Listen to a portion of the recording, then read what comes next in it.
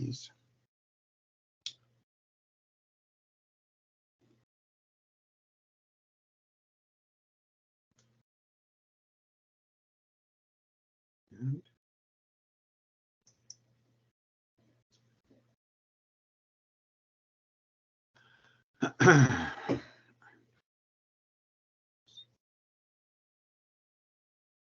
turned on.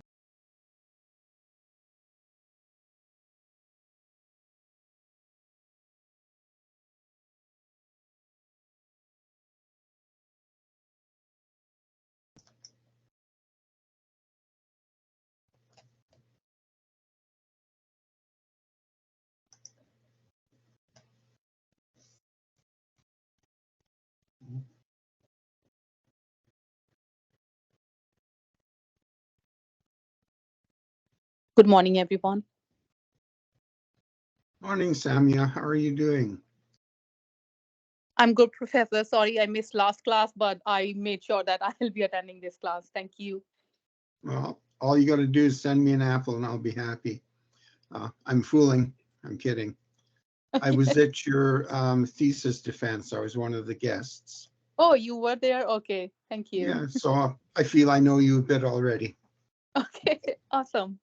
Yes, I know. I do recall now. I do remember that you were there, and thank you so much for all the reviews and all the good feedback. Yes. Is this your last course at the college, at the university? Yeah, I mean, yes, technically it's not. I have one more to complete because I was changed from 48 hours to 30 hours. And that way I needed to do two more core courses. And one of this is economics and one is the business administration, I guess, which will be in the next semester and then I'll be done. Excellent. You're going to be our first graduate? I I'm not sure. Maybe there is other students for whom this is the last one, so maybe they will be like. But yeah, anyways, they would have to do the thesis. So maybe I'm the first. Exactly. Well, that's something to be proud of. For sure. Thank you. You're welcome. Congrats, Samia. I attended the recording of your thesis defense, and it was like Sure. excellent. So good job and Thank you so best of much. luck. Thank you. So how many Okay. courses in total you got? Because I'm now I transferred also from the 45 credits to 30 credits, but Yeah, actually, I was a transfer from UO people, so I have to really calculate. I think yeah, it's like I did more electives than core, so yeah, I think I have to do that maths that how many exactly I did because I did some pre MBA ones also, like English composition and others. Um, but then when I switched from 48 hours to 30 hours, these two were became more important and additional, I guess. Yeah, I'll tell you if you are willing to know that. I'll go back and check how many courses I exactly did. But yeah, it's complicated because I was a transfer from UO people. yeah, the good news it's almost there, Samia. So Yeah, almost there. Of course, close to finish line. Thank you, Mohammed. yeah, good luck. Thank you.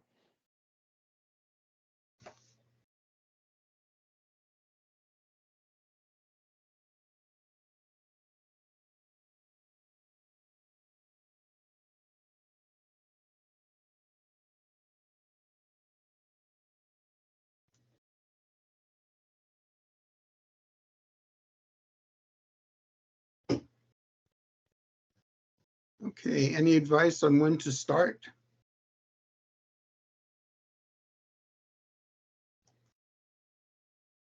I'm I ready to think go. there is a confusion, Dr. Allen, because last time we started late, so Yes, people are thinking that the start time is 9 MST instead of 8. right, right. Huh. Hmm. Well, I But I never say anything should very important anyway. not. Go ahead. No, I was So, saying I think if you start even if you start now, it should be fine because it's on recording. it is, Yeah. exactly. Okay. Here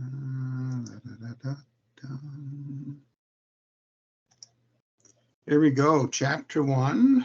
Put that on share.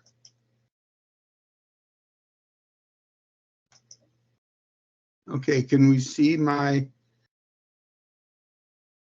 fundamental slide? Not yet. Okay. Give me a chance to adjust screen sizes a bit here.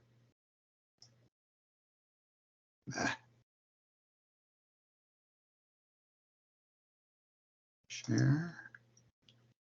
Share.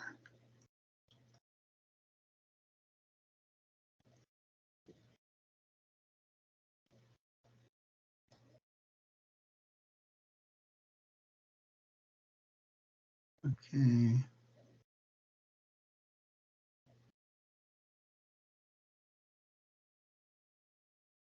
Oh my goodness.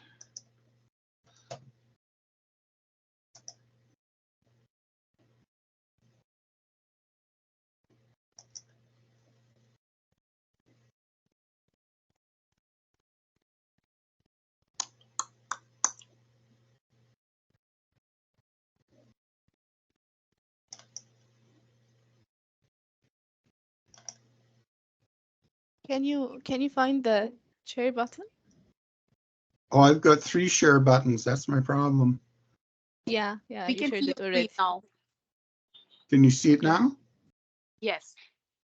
Okay. Full screen. You can see the full screen, everyone? Yes, we can, Professor. Oh, okay, thank you, thank you, thank you. Okay, welcome to lecture week 1. I'm differentiating between last week, which I call week 0, and this week, which I call week 1. And that keeps us all in tune with the syllabus. And okay, okay. Hang on, just getting myself familiarized here. Okay. 2 seconds.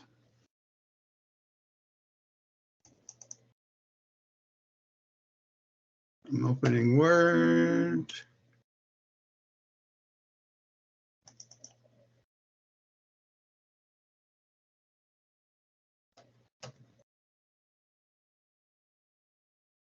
Oh, a bit.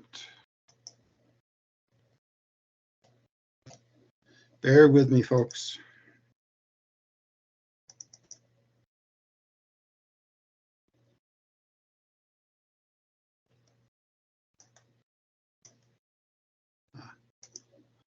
Okay.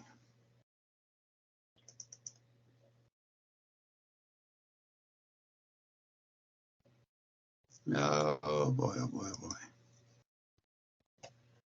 I'm working on it.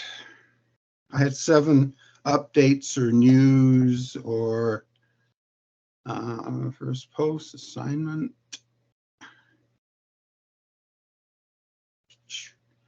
Yikes. Okay.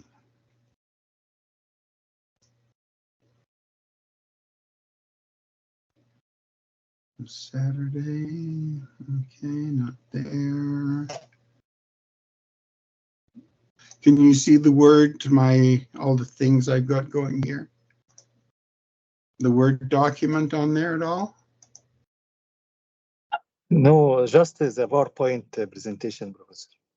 Correct. Yes. Okay.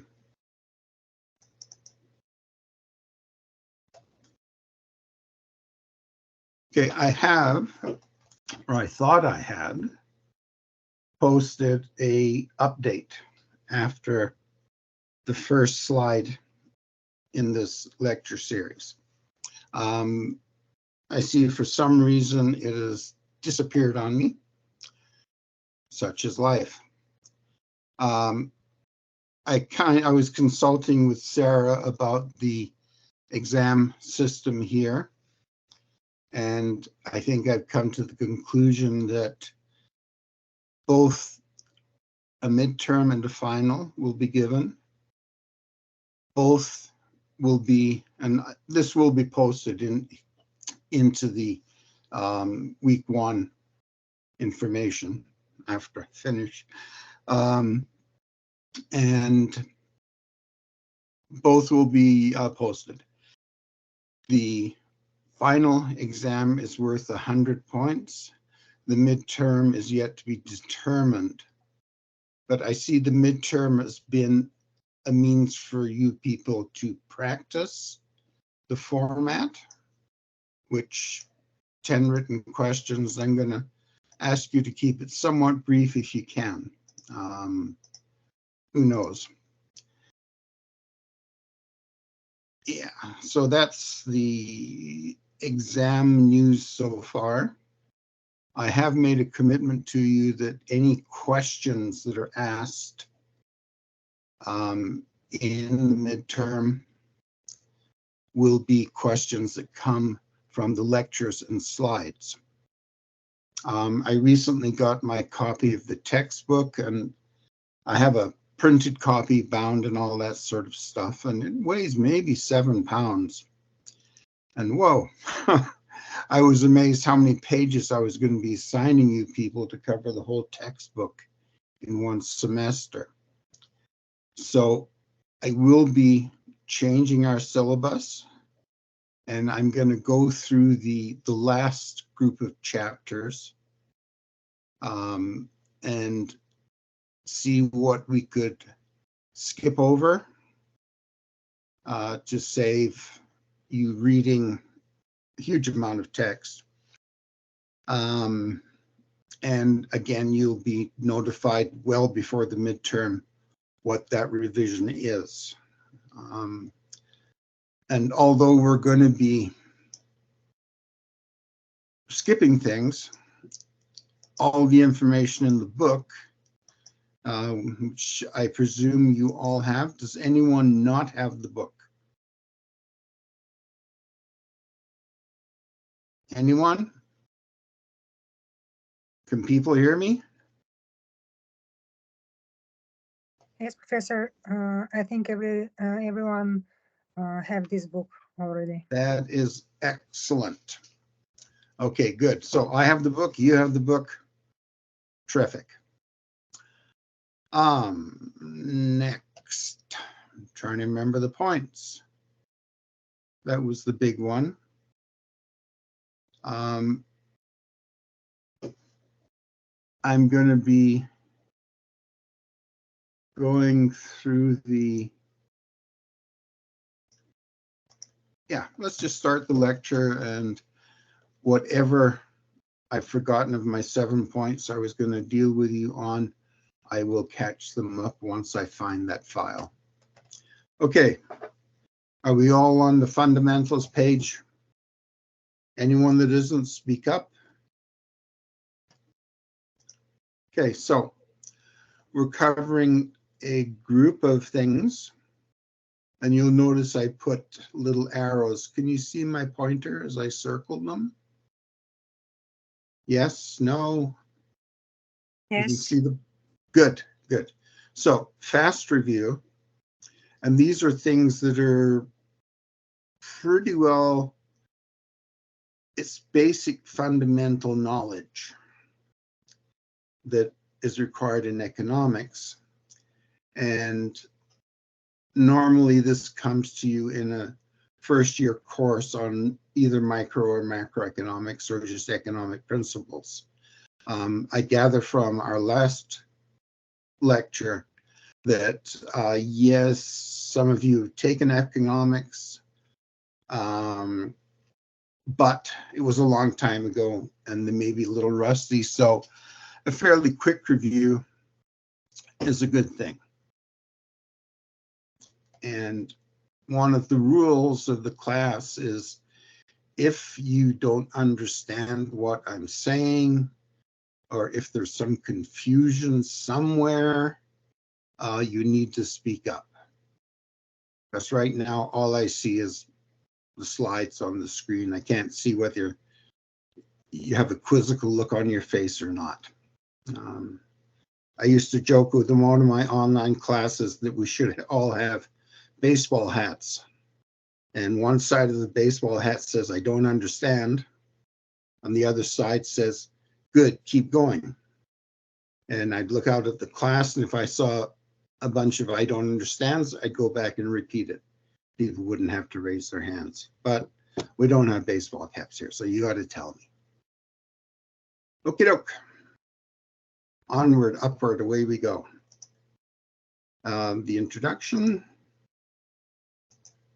and economics. And the author tells us economics is about people and choices they make in the world of scarce resources. And we're going to explore the term choices and scarce resources in the next few slides. There are two types of economics, micro and macro. Macroeconomics really came into being in about 1936, 1939. And it was an English economist called Keynes, John Maynard Keynes, who wrote a book, and hopefully I can remember the title, Unemployment. Anyway, I think I've written it down somewhere for you. It doesn't matter. The book was reviewed by several economists at the time it was written. And the one I remember is Paul Samuelson, who wrote the first textbook on economics that universities used widely. He became a millionaire from the royalties and rights. The only one I know of, millionaire, that wrote a textbook. And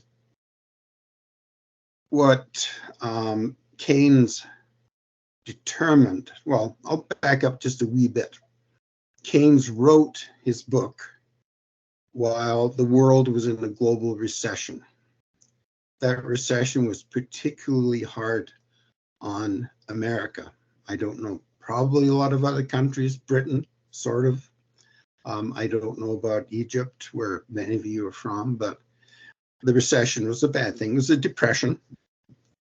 About 25% of the workforce was unemployed.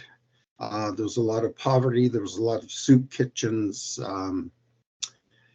FDR was the president, and what he wanted to do was start spending and creating jobs. But the Congress, the people that surrounded him, didn't believe that was the solution. They believed that what needed to happen is that companies would start making more. The wages that people made from the company would be used to buy the products. And this way, gradually, the depression would end. In other words, if people accepted lower wages, everything would be just fine. And that's called sort of a laissez-faire, let it be. You don't have to do anything there because it's the company's responsibility, not the government's. Keynes came and argued that wasn't the case. What it was is there was insufficient spending to warrant companies starting to produce more goods and employ more people. And he argued it was the government's role to do this. It wasn't up to the companies, it was up to the government. England didn't really accept what Keynes said. They sort of ignored him as a fringe, as a lunatic, and he was a pretty wacky guy, but he didn't deserve that. The American government president got hold of that information. Keynes had written a book about how to do this, and it coincided with pretty well what FDR wanted to do. So it's always nice if some brain from a university is telling you what you want to do is right and it will cure things. So he flew Keynes over to America, and I guess Keynes brought a bunch of copies of his books to give away and autograph. And after a substantial conversation and help provided by him to the government on how to implement what he was doing, he flew home. The American government started doing projects. They started building infrastructure that only helps because it reduces costs. They started what was called it's called a works project, and they would do various things around the states. The states would say, well, we could really use a dam. And this is the Appalachian states. And FDR said, good, let's build a dam. And away they went. It was also a project for artists where they would be employed to put murals and public art, make it and display it, giving them money to buy paint and buy groceries and things like that along that line. And lo and behold, it worked. And America slowly came out of the Depression just in time to jump into the Second World War. So that is the birth of macroeconomics, sort of 1936, 1939. Micro, the economics of small things, what businesses do, what companies do, not macro, what governments do. Microeconomics was born a real long time ago. There's some evidence that Greeks started or used a phrase economica, and that was about the management of homes and a little bit about the management of government. Although really in Greek times, government was the army, and that's about it. But anyway, it started then. It didn't do a lot. The first book that was ever published was about 1340. And that was a text on how to keep the finances of your business, giving a standardized accounting practice to people. It was well received. It then sort of lay dormant for quite a while. And in, 1776, I have the book here, so I'll know the title.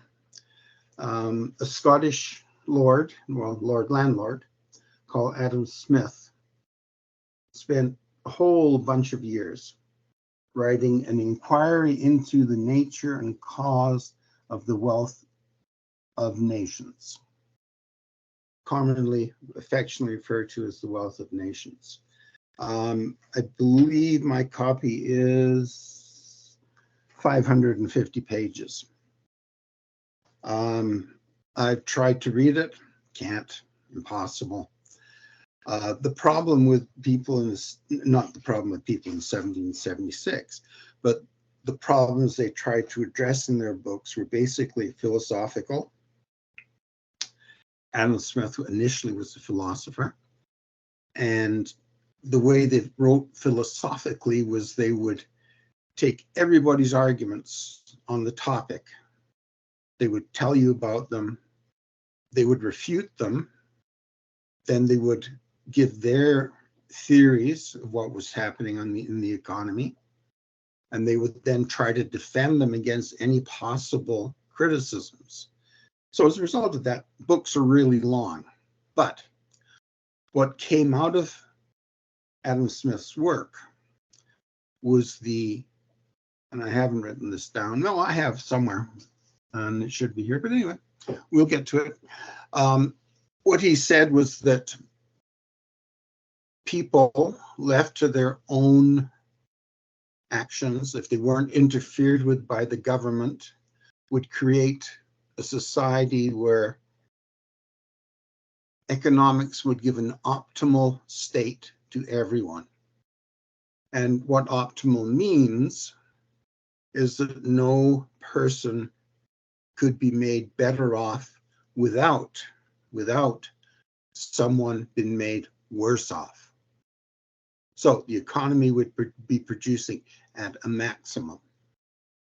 What he didn't say is that you as an individual could be producing things optimally, but you can still starve. So he had part of the theory, which was good. And the main lesson from that theory is that people should be let alone. The government shouldn't be interfering with any form, any policy that would detract from price, leading people into an optimal situation. As a small side note, he was so busy writing all this stuff that he banned visitors to his castle in Scotland. And as he was approaching the final drafts of it, he permitted one visitor, and that was Ben Franklin from America. Franklin was part of the revolutionary government that had been set up.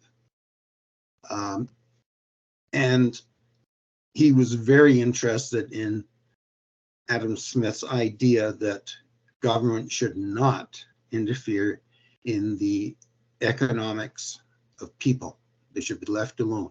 There shouldn't be tariffs. There shouldn't be taxes on goods produced, all that sort of stuff. And this was coincident with 1776, which is a very important day in American history because that is when the Americans threw the Brits out and set up their own government.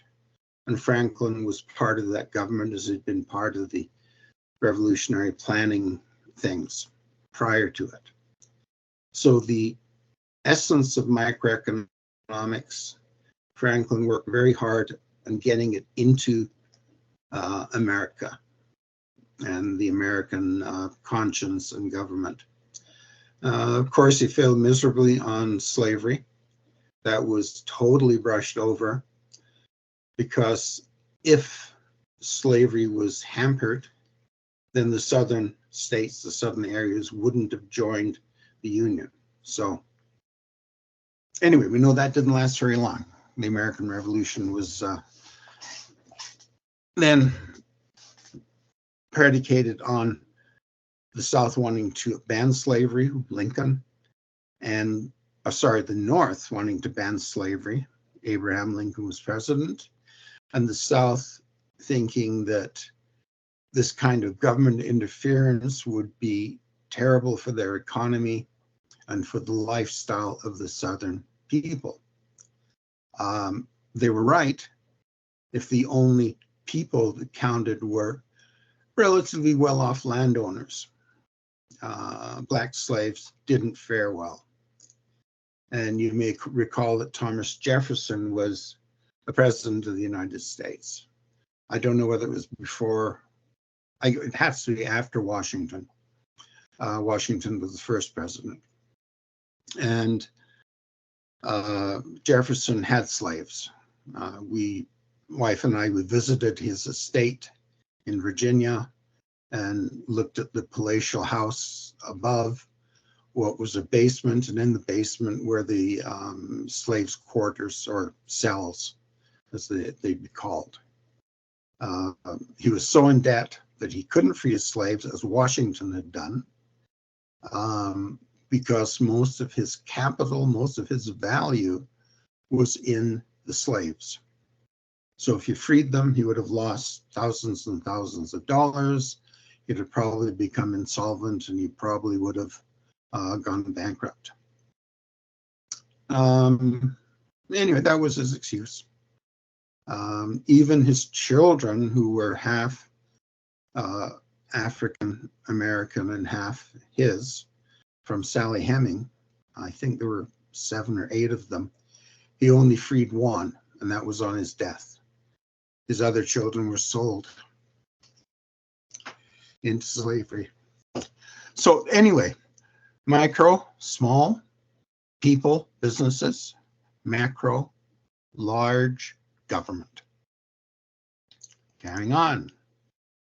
Here we go. Oh, look, small scale level individuals and specific markets. They forget to mention companies. Anyway, there's micro. Here's macro. Yeah. And we have to, in taking in this definition, realize that price level this term, is far different from price. All the measures we talk about in macro are aggregate, brought together, considered in a lump. And this is what the price level is. It's, I'll just say for the present, the average of all prices in the economy. And then aggregate demand is the demand for all things in the economy. Aggregate supply is what all companies make and bring into the economy. So there's no individualization in macroeconomics, microeconomics, there's no aggregations. It's individuals, individual companies, individual people. Okay. Okay, so who can tell me what the answer is, A, B, C, or D?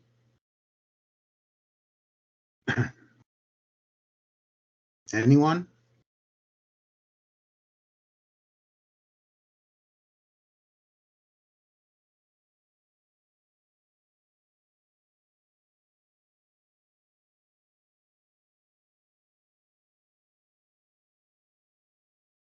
Oh, I can sit here forever. I'll have a drink of water while I'm waiting.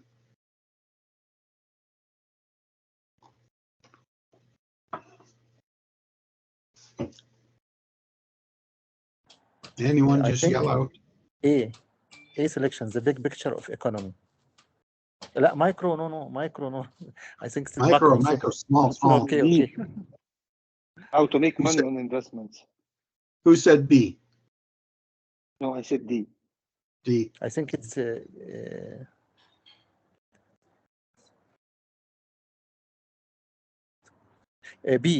B selection. B. Yes. Right. Okay. So how, I'm not even sure whether government should be in there, but anyway, that's fine. Individuals and business make decisions when faced with scarcity. And we're going to go on to a discussion of scarcity. How to make money on investments. I think that's finance. Okay. We have virtually no, on C, virtually no unlimited resources. Pretty well every resource exhibits scarcity. We'll come to that in a minute. B, we've got that. It is impossible case. Pardon me? This is an impossible case. The resources always has a scarcity. There is no unlimited resources. Right. That's right. We always have unlimited resources. Oh, we don't have unlimited resources. There's very few resources that are unlimited. Few tiny ones, inconsequential. We'll talk about it in a few minutes. Resources are always scarce. Okay. Okay, so we got that question, folks? We're okay? Big picture of the economy, macro. B, that's it. How we make decisions when faced with scarcity. And C, the part that tells you it's wrong, resources are unlimited. Doesn't happen. And how to make money on investments, I think that's called finance. And it's a hybrid. It uses micro and macro information. Yes, move on. Resources. Foundation of all productive activity. Okay. So resources, factors of production. They're in 4 categories: land, labor, capital, and entrepreneurial activity. In the early days of economics, it was just land, labor, and capital. The entrepreneur was considered to be part of labor. probably end of Second World War, entrepreneurial ability got chiseled out of labor. One of the, when we get to labor, I'll talk about it.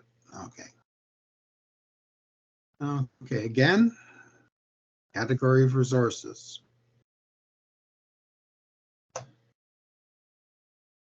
Okay, and a quiz.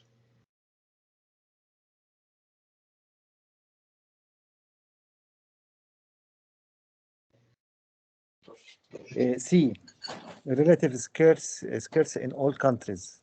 Exactly, you got it, nailed it.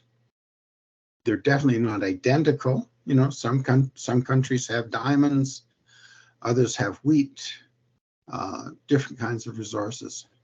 Relatively even distributed in all countries. No, they're spotty, they're clumped, relatively plentiful in all countries. No.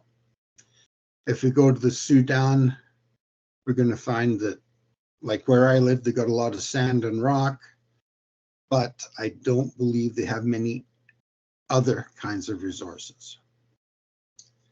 Okie doke. Any questions on that, folks?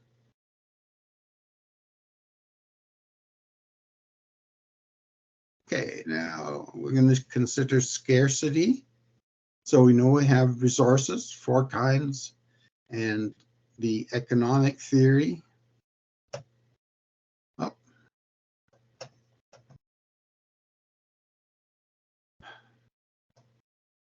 Well, I can give you a quick answer to that. I'm well past the age where I can possibly accumulate wealth to achieve a totally content, wanting nothing life. But I'm incredibly happy. That's what counts. Sort of a silly question. Comments? No? Okay. I think every time we reach to a certain level in social and economical level, we look forward for the next level. I think it's also the want and need of a human is unlimited. Yes, exactly. Most people, once they achieve a bit of comfort or contentment, will look, as you said, past them and they say, oh, I could be even more content if I had a full heated swimming pool and this and that. So our wants are pretty well unlimited. And I wonder if Jeff Bezos would agree with that. But anyway, let's carry on. Now, this is a good definition and a good point for talking. How do you know a Dr. Alan, resource? sorry. Yes, go ahead. So if we think about like micro and macroeconomics, to achieve like that satisfaction in our life here. So if we think about our short life on the earth and the other life, the second life later on, I think it will give us like better like satisfaction. So if we think about how short is this life and how long is the other life, satisfaction will be like achievable. That's a good point and a tenet of quite a few religions. Christianity among them, I presume Buddhism. No, Buddhism doesn't believe that. Yeah, I can see that. That is a good point. But I've had these people use this kind of thing before. Unfortunately, that isn't really an economic. It's a hope. We have faith, we have hope, but neither one are really economic things. And when we're talking wants, we're talking the contemporary wants that we have today, and we expect at least until our death. So yes, a good point, but it's not really an economic point. Okay. Okay. a way you can also define scarcity is a resource doesn't demonstrate scarcity if it is free. No one has to pay for it. It's free, and everyone has as much of it as they want. So the idea of if something's free and we all get enough of it, then it's not scarce. When I first started with economics, the prime example of that was air. It's a resource. It actually goes under the land part of resource. And back when I was young, pollution wasn't really considered. No one thought about it. And everyone got to breathe relatively clean air. As I grew up, we started seeing cities like Tokyo, where they would have vending machines where you could stop and for a few yen, get to breathe in clean, pure air with oxygen put into it and all that sort of stuff. So at that point, you could argue that clean air started to be scarce. And today, I think we're realizing that, especially in large cities and very densely populated parts of the world, clean, good air is a scarcity. So things change. It really isn't anything that we worry about in economics pretty well. Yeah, it's not really a concern. If someone's making it, it's scarce. Question for thought.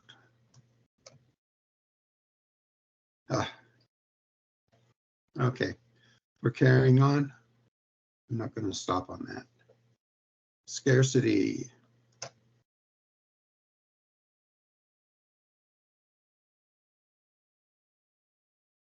Okay, the key word here is relatively plentiful. And thoughts on the answer here? Yes, we chose it before, Professor. Number C.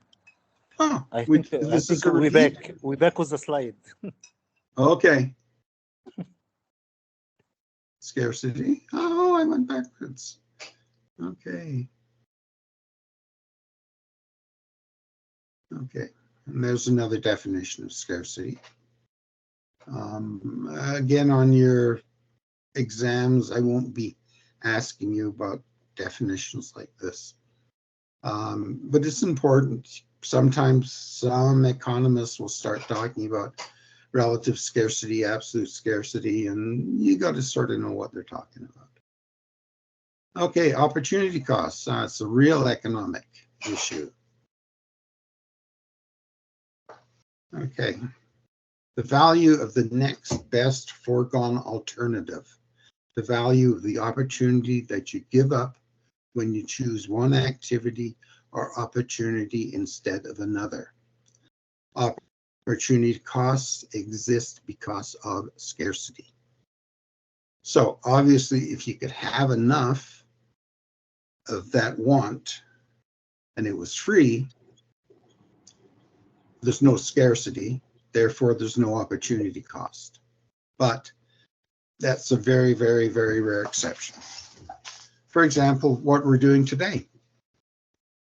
I could ask, what's the opportunity cost of being in this course or going to Windsor and getting an MBA? What are the opportunity costs? Well, think about it. Your tuition. I think, Professor, yes, the time here, the opportunity cost of time, because the time Yes. we spent now to take course, we could spend the same time to in entertainment or fun or seeing a movie in the cinema. So we have to trade off relating this entertainment, choose entertainment or take courses to development and advance our career. Yes, exactly. So that's the, go ahead. or may take like part-time job at the same time, which bring me, for example, $20 per hour. So in the 2 hour, I could get 40 or $20 for the 2 hour, or attend this course. Right. A lot of examples Yes. therefore. Or I think one more example should be saving the tuition fees we spent to get this course and make something else with it, use it for something else. Yes. Yes, there's a whole group of things that contribute to your opportunity costs. Missed Yeah, but this is time I with your think, Prof, family. this is short term. What they said, Muhammad Azzat and our friend, I think this is short term to trade off time of doing a work, a part-time job, 20 and getting $20 instead of going to the college. But in the long term, I think going to the college or getting the MBA in the long term is going to be much better. Mhm. So it should be studied to evaluate the situation. Okay, the microeconomic perspective in terms of opportunity costs is, as we've said, tuition, time given up, books, time to study, things like that. But we hope that the cost that we invest in ourselves to get an MBA will, over time, yield more results. There's a Exactly. yeah, and there's actually several studies that demonstrate that, and they even look at an MBA from whatever they're called, colleges, the Ivy League colleges. I think there's 10 of them in America. An MBA there, what is it worth? And is it worth more than an MBA from a county college or something like that where I used to teach? And the answer is yeah, sometimes, depending on who you are. And the oddity of that study was that African American women, no matter where they get their MBA, are going to do very well. There's no distinction whether they go to Harvard or Yale. Overall, they'll do really good. And people that choose to go to lesser colleges will get a very positive return on their investment, but not as much as the ones that go to Ivy League colleges. You know, that's the way it goes. So yeah, I think we've all got a pretty good idea of what opportunity cost is. Okay, everyone happy? See if I can go down instead of up this time. Yeah, I have no idea what that means. There is no such thing as a free lunch. That. And it's not really true. But anyway, we have every Tuesday a community lunch, and it's free. The only thing you have to do is be over 65. So we go occasionally to enjoy a free lunch and to enjoy the company of others. But in business, there's no such thing as a free lunch.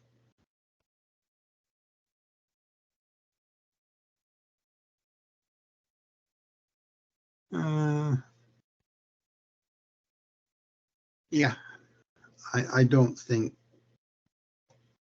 this is a very relevant question.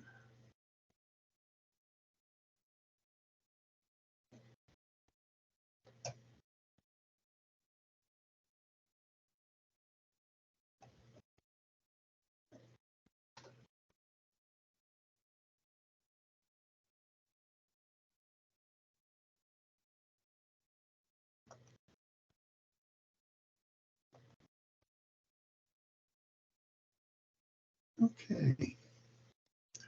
I know we go on later to talk about terms of trade extensively, but they're pulling it a little quickly on us. Can you folks see the answer that's on the bottom of the screen? I bet you can. Yes, we can. Okay. Yeah, that sort of spoils the drama of the question. I'll make sure I erase them all in the next one. So what do you think? Let's start off with a question. In the US, we produce 1 ton of wheat for 2 tons of corn.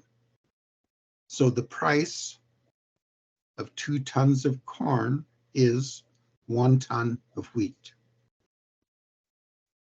And if we go the other way, the price of 1 ton of corn is a half ton of wheat. Do you see how I got that last one with the half ton of wheat for 1 ton of corn?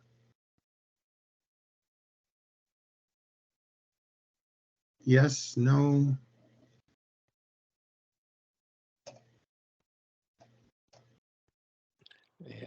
I think United States is better to grow wheat over than corn over than wheat, because this is the cost here of 2 tons of corn is the same of 1 ton of wheat. So I think the opportunity cost will be the wheat here. Well, except if the corn is cheaper than wheat. The price of corn okay, is cheaper. we're just not considering price here. Mm. The only thing we're considering is that to grow 1 ton of corn, you have to give up 2 tons. Sorry, to grow 1 ton of wheat, you have to give up 2 tons of corn. So the price of 1 ton of wheat is 2 tons of corn.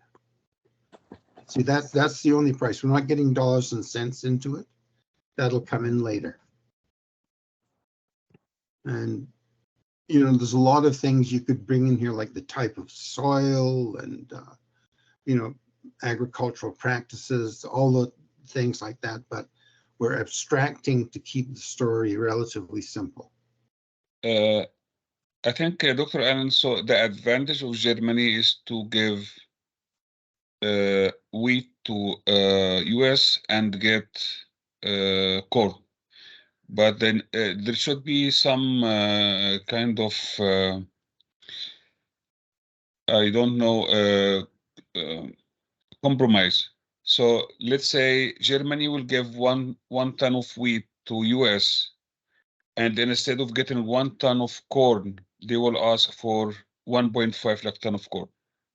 Or Yeah, or- US. Go ahead. Yeah, or if US give like 1.5 tons of corn, they will get one ton of wheat. So this will make more like what do you call it, the alternative opportunity for both countries. So then Germany will make more from its wheat, and US will make more from its corn. Yes, you have it. Yeah. And that trading that goes on is related, it's called the terms of trade. You know, we'll send you 1 ton of corn if you will send us, or sorry, we'll send 1 ton of corn if you will send us 2 tons of wheat, or things along that line. So those are terms of trade. And we're going to spend more time on that as we go along. Okay. Going on, we had some very good answers there. Excellent. Oh, rational decision making.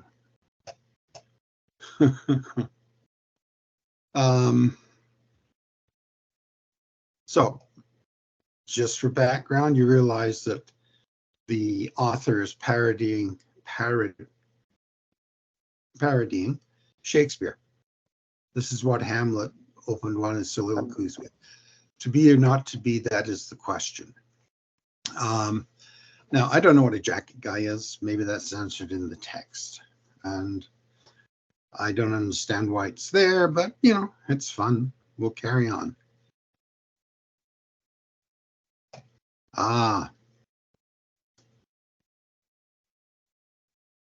Okay, answer here. Pretty simple.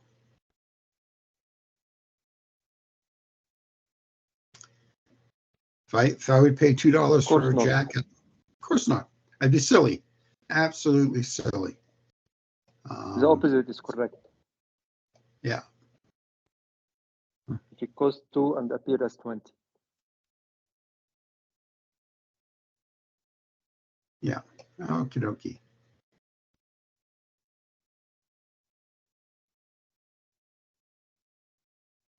Okay. So they suggest that when we're making a decision, people, we look at our own self-interest. We look at a marginal, you know, spending an extra $18 on that jacket. Would that make me look better, look slimmer, look younger, self-interest? And then we look at optimization. And that is, if I spend that extra $18 on the jacket, what aren't I going to be able to buy? Because I've only got a limited amount of money. I can't throw around money everywhere. If I spend $2 on a jacket, I have 18 to do other things like buy pizza and beer, go to a movie, bring my wife flowers, things like that. So you always should be optimizing rather than deciding just on self-interest. And decision-making goes into self-interest and it goes into optimization. We okay there? Doctor, is the circumstances like during the decision making is a factor as well? Because let's say this jacket is like worth like $2, and for some reason, instead of warm weather as like forecasted, it's like -20 outside, and I need to go to work, and I have no choice other than paying the $20 to get this jacket to go out like for work. So that circumstances are a big factor as well in the decision making process. Yes. Essentially, in that case that you talk about, your self-interest involves getting to work so you won't get fired. So spending an extra $18 isn't a big deal. You do it. Self-interest, if you really think this is going to make you look like the handsomest guy on Wall Street, you'd probably do it. The $18 would be worth it. And optimization, you would actually be optimizing other things than you were before, but you'd optimize them. Okay. Onward.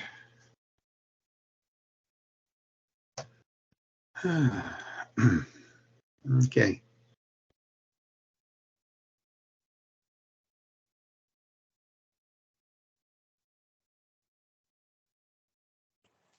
Right answer is D, results from comparison of marginal benefit and the marginal cost. Yes, indeed, you got it. That's correct. Everybody see the rationale there, why it's going on? Marginal benefit, marginal cost.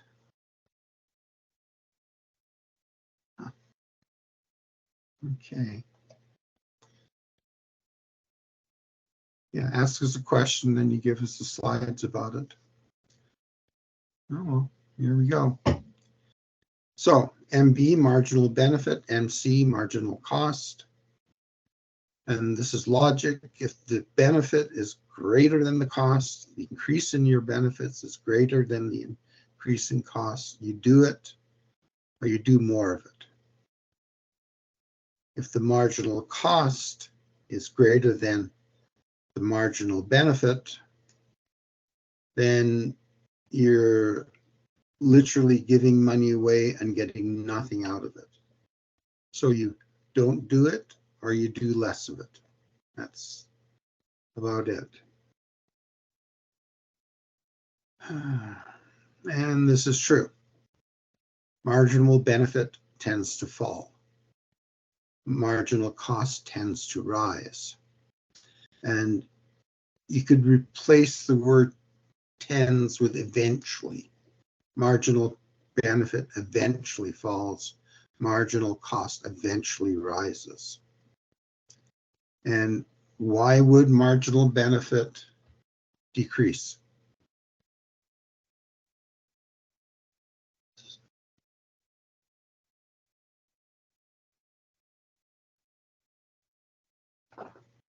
Okay, I'll ask you a question. I used to really like ice cream. Can't really eat it now, and I'd go to the soft ice cream stand on our street, and I'd buy myself a nice big soft ice cream, and it would cost me 25 cents. That was a long time ago. And my marginal cost would be 25 cents. My marginal benefit would exceed the 25 cents.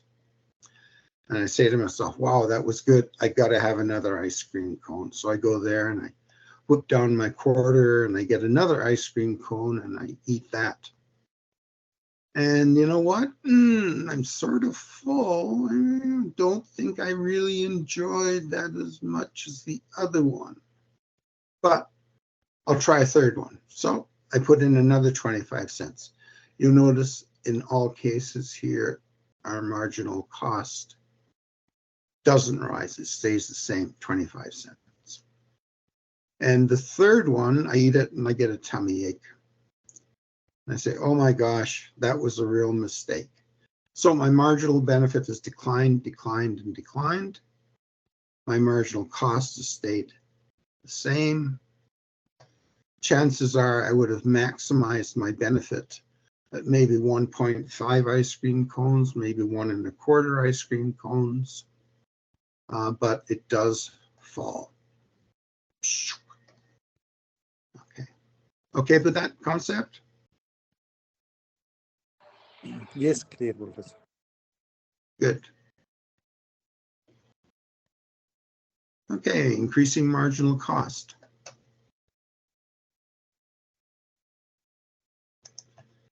And what we're saying here is that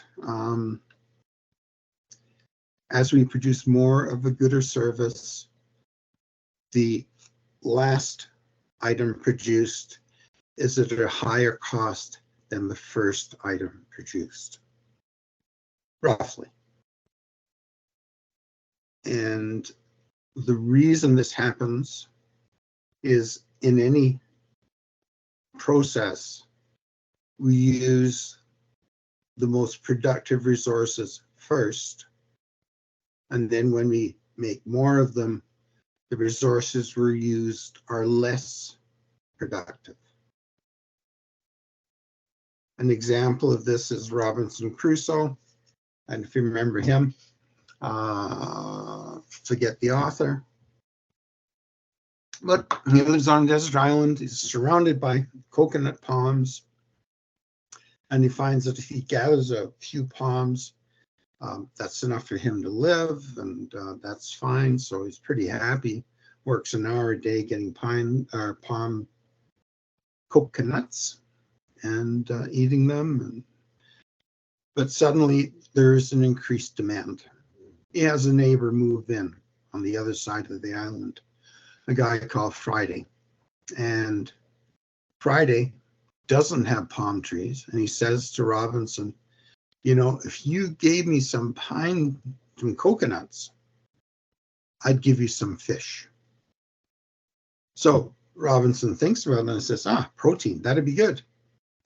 So he starts gathering more coconuts, but he can't gather them from around his hut, his beach hut, because that's where he gathers the coconuts for his own consumption. So he has to go further to get them. It takes him more time, and they're not as productive. He's not as productive in gathering those additional coconuts. And if eventually more people showed up, there was more opportunity for trade, he would go further and further out.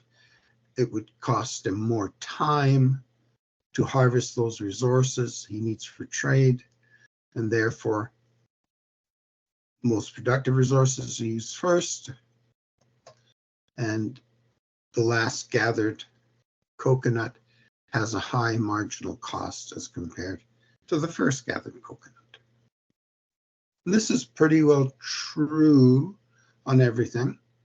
There are cases where there'll be a decreasing marginal cost when you start, and then it'll curve up like a hockey stick. Okay. Now, here's a tip. They don't mention it in the book. The marginal cost curve that you can draw is the supply curve. Okay. So he's only going to supply, well, as he supplies more, the cost of supplying it goes up. As a company makes more things, their cost of providing it goes up.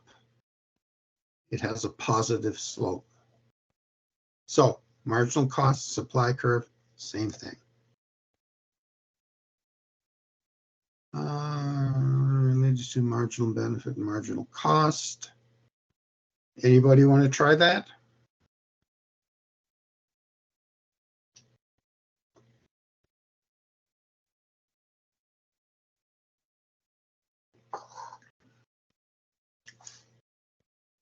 If I make a rational decision, what is the relationship of marginal benefit to marginal cost?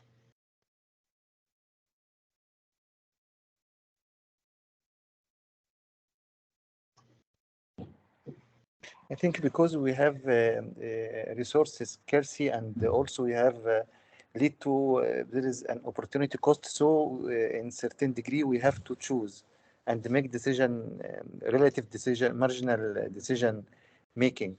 And this decision is based mainly on the benefit and the cost. Marginal benefit, if equal or more than marginal cost, the decision here is to go and add benefit.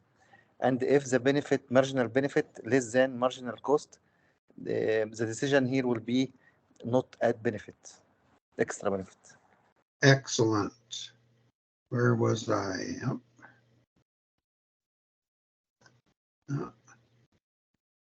Right. Okay. Excellent. Good going. That's the one we just did. And here we are now at equilibrium. Equilibrium is always an interesting point. And if you're looking at any chart or any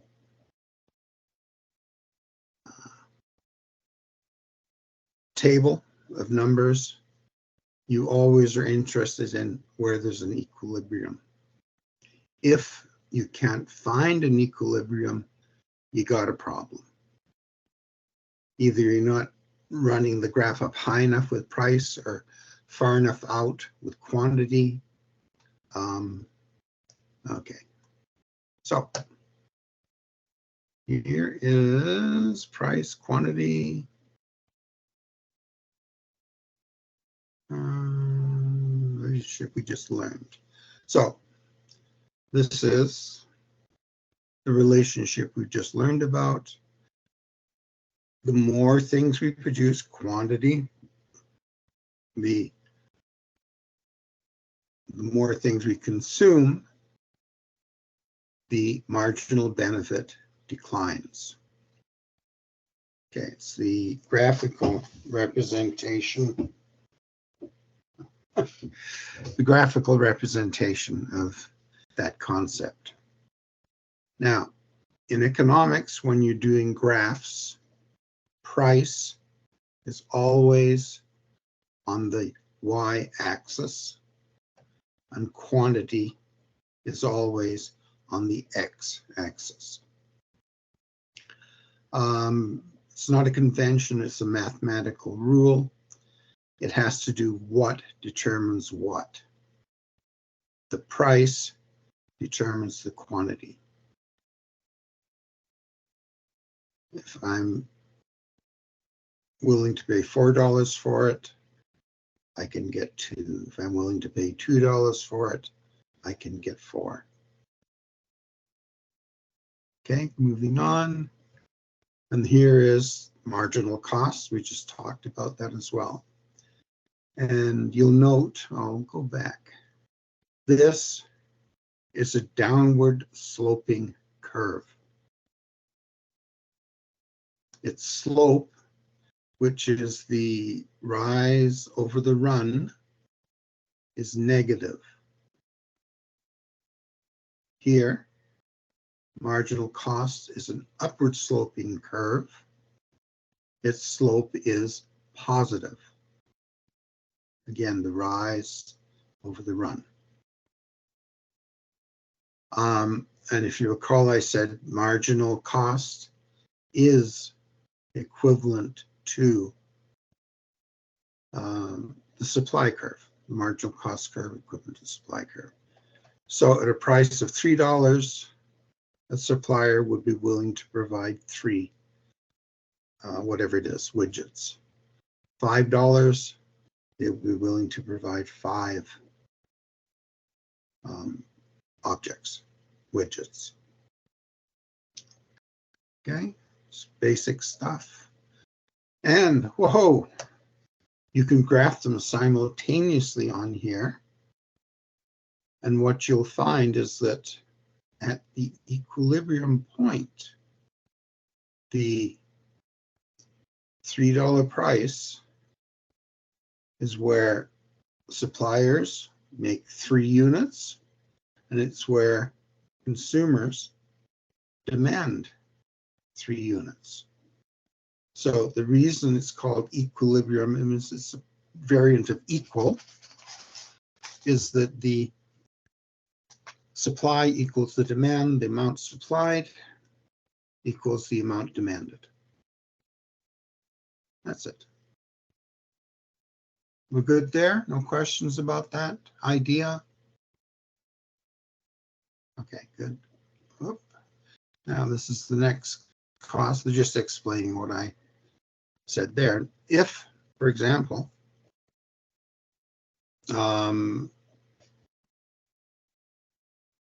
we look at $5. There are people that would buy the product of $5, but they'd only buy 1. Maybe it's 5 people, maybe that's 100. But anyway, they'd only buy 1. But the suppliers are only going to produce 1.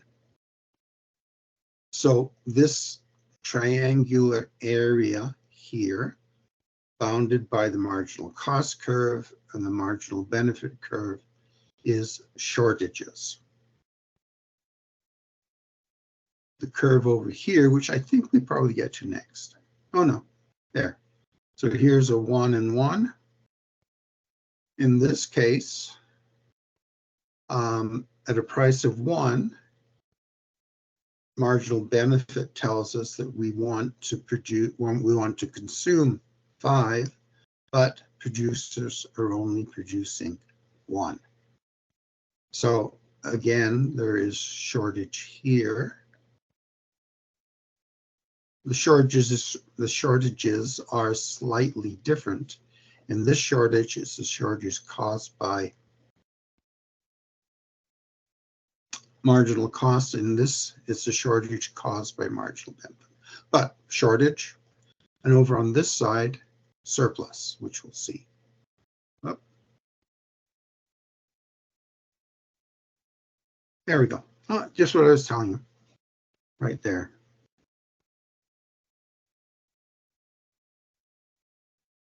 Okay, and here we go.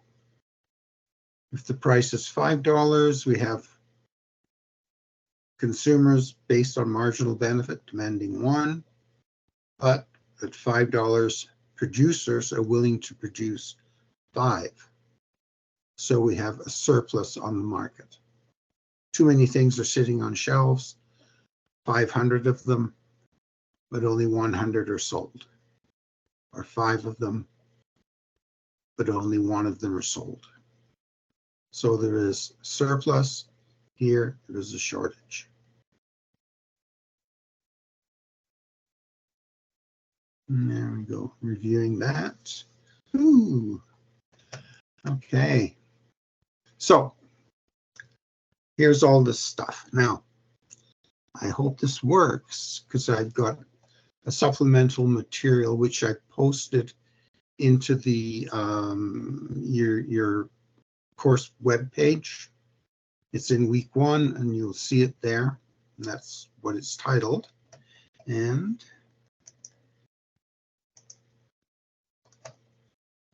up. Can we see that?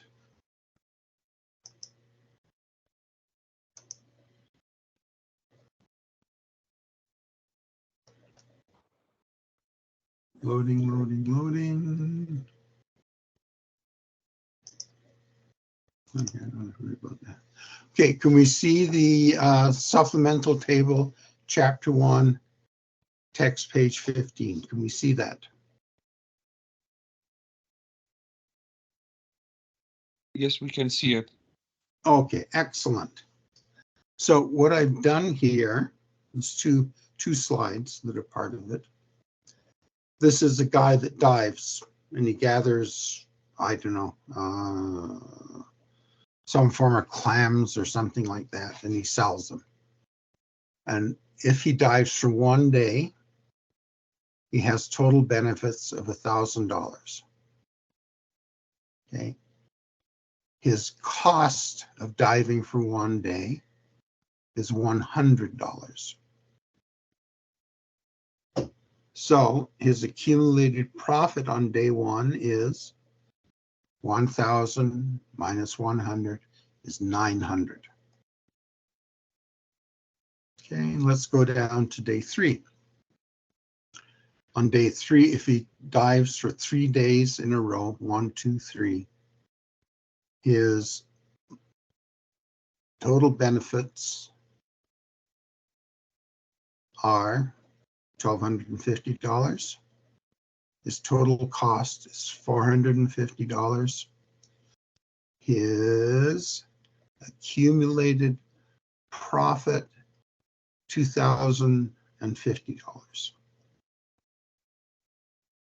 Okay, now we go to, say, day 5. 5 days of diving. He has total benefits of $3,300. Sounds good. His cost is $1,000. His accumulated profit, $2,300.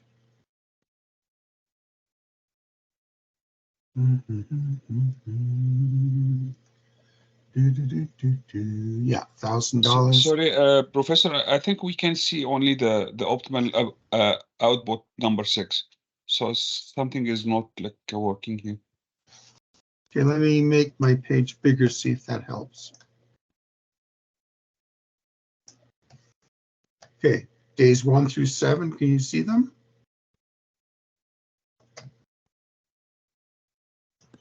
I don't know what is the problem. I just see the PowerPoint presentation, slide optimal output 6. Prof, I Outputs. think you are sharing the presentation, not the entire screen. Well, my presentation sharing. is. How about there?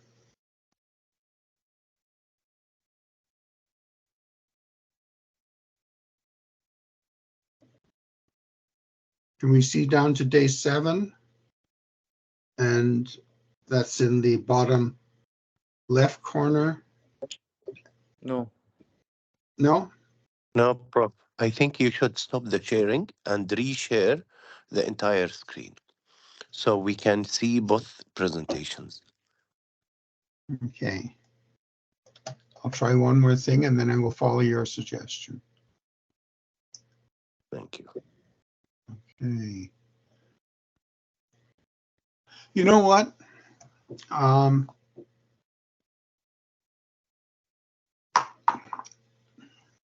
going to just carry on with the slides. And this one I put up there, supplemental material, is on the site. It's on our site.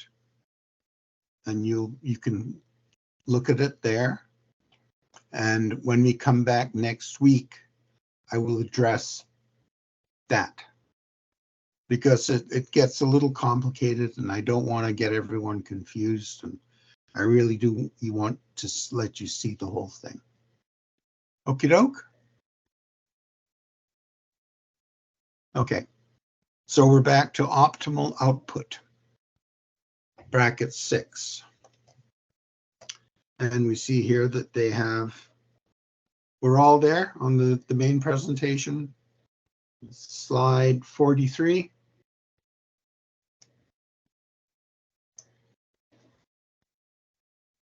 Are we there?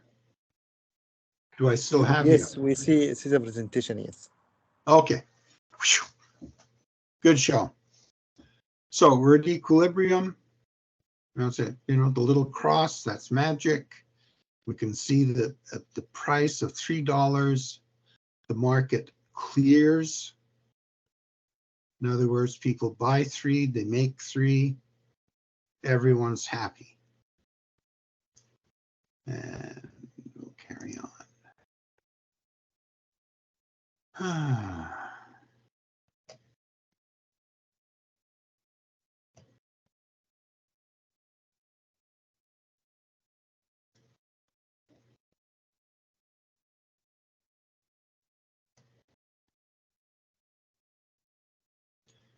Okay, what does Michelle do? I think this is Michelle Obama, actually. So anyway. The marginal benefit of the phone is greater than the marginal cost. Right, exactly. Okay, is everybody on board with us on that? Okay, we don't want you to memorize things. We want you to learn the concept, marginal benefit, marginal cost, and then apply it in many questions. Okay, moving on. Yikes. Okay.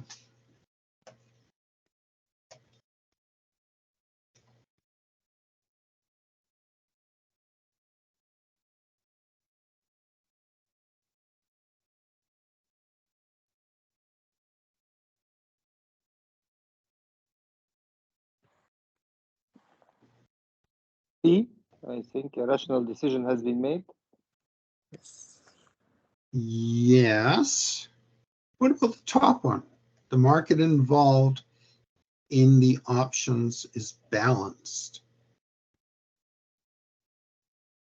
I guess, you know, we have to know what they mean by balanced. See, if it said the market involved in the options is at equilibrium, A would be right, C would be right. So I think on the weight of it, C is correct. But A is pretty darn close, but for the meaning of balanced. See, in my thinking, if 3 are made and 3 are sold, that's a balance. You don't have a shortage, you don't have a surplus. But more than one rational decision has been made, but I think C is a reasonable answer. Okay. Simple model of production. This is our apples and oranges here. Okay, we got it. We see that Alex can produce apples or oranges. Option 1, no apples, 300 oranges. Option 2, 50 apples, 150 oranges. Option 3, 100 apples, no oranges. Carrying on. So what is the unit price for everyone, everything? Because I didn't hear the first part. Can you repeat the question, please? So is this a question or you just giving the schedule? The question will be It's just, like, it's later. just information. We'll ask questions later. Okay, it's just, this is the information we're given to work with, and we're going to proceed on the slides. Okay. He has a person that's in the same industry as he is, Clara. She can do 0 apples, 200 oranges, 200, 100, and 200, 0. Okay, carrying on. Now, we're combining. Alex is the first number, Clara is the second number. So using option 1, which is, I guess, some method of growth, different kinds of trees. Alex can do 300 oranges, while Clara can do 200 oranges. In option 3, we find that Alex can do 100 apples, Clara can do 200 apples, but no oranges for either one of them. Same here, no apples for either one of them. In the middle one, Alex is 50, Clara is 100 apples, oranges. He's 150, she is 100. Okay.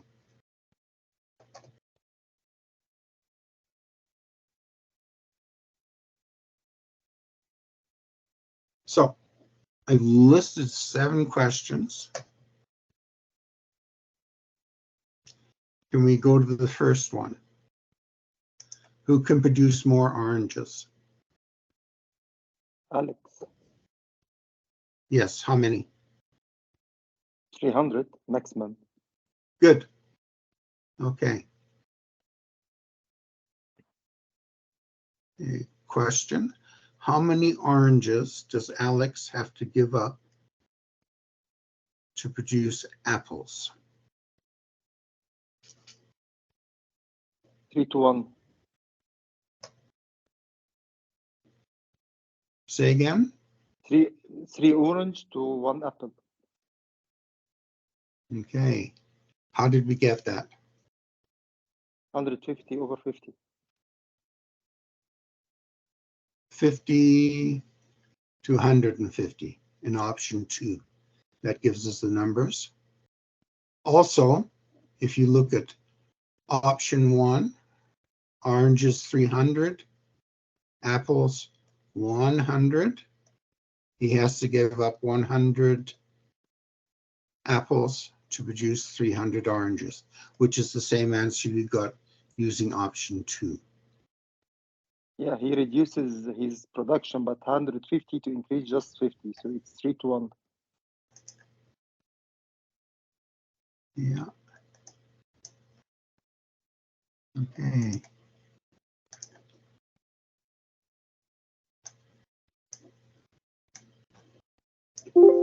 There we go. Okay, so I presume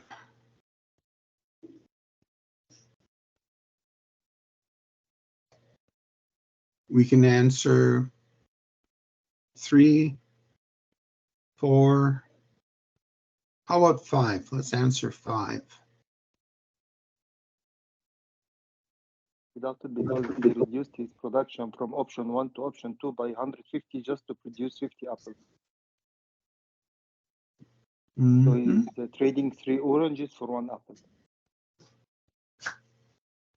5.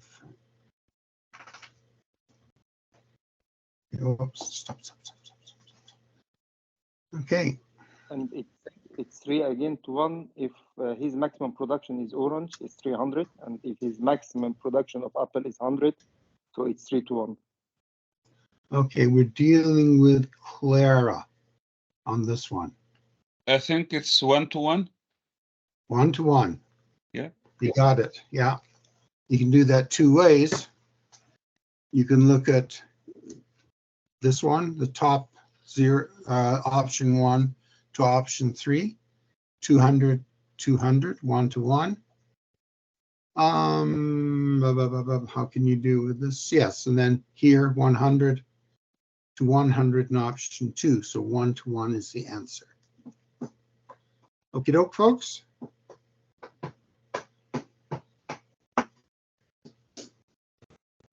Okay, number 6. If apples have the same value as oranges, oh, come on, sorry, it's got a dog here bothering me. If apples have the same value as oranges, what option gives the pair working together the most revenue? Actually, if both of them are the same, Alex will have to produce 300. He will be more beneficial. So it's the trade is not in his benefit. It will be in the benefit of Clara. Okay, we're not. They're working together. I think the first option will be the better. Orange. First option will be the best because the total production is 500. No, it might be No, 300 orange and 200 option 1 and 3 combined. Yeah, He will produce all apples and he will produce all orange. So Clara could produce 200 oranges and Alex could produce 300 apples. And that's yes, but the best option to have two products is both of them have the same value. So she need to make 200 apples and he need to make 300 orange to have a diversity in their product. So go ahead. Yeah, I think, as I said, the first option will be the best option because the total production will be 500. If you go to the second option, it will be 400. Third option, 300. 500. Oh, yeah. The second option, yeah. Not a good option. But you can go to the third option. No, and that's only 300. So 300 apples. Why can't we make an fourth option? 200 orange for Alex and 200 orange for apple for Clara. That's what option 1 is. Oh, sorry. No, option 1 is 300, 200. Okay. So I think option 4 will be better, 300 orange and 200 apples. That will make 2 products and can sell more faster than 500 orange.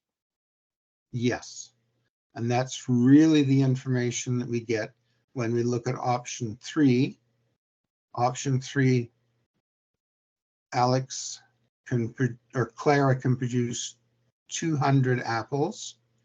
And option 1,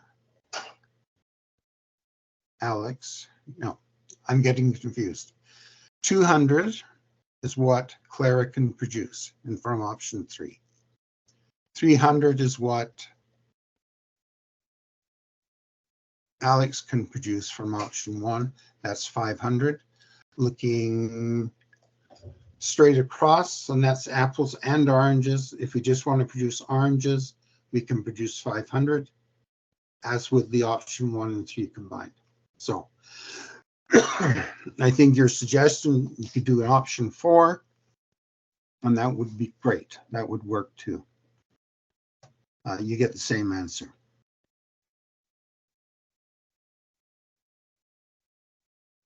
Okay. Yes, that's 6.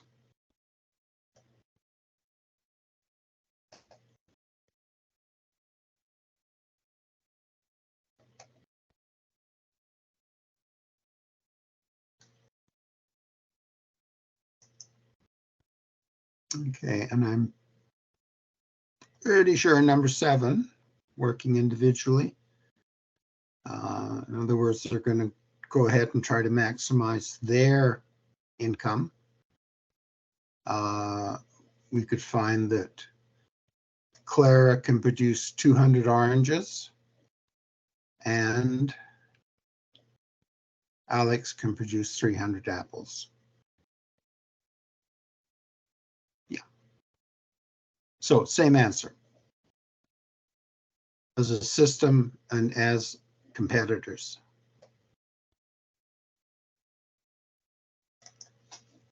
Yes?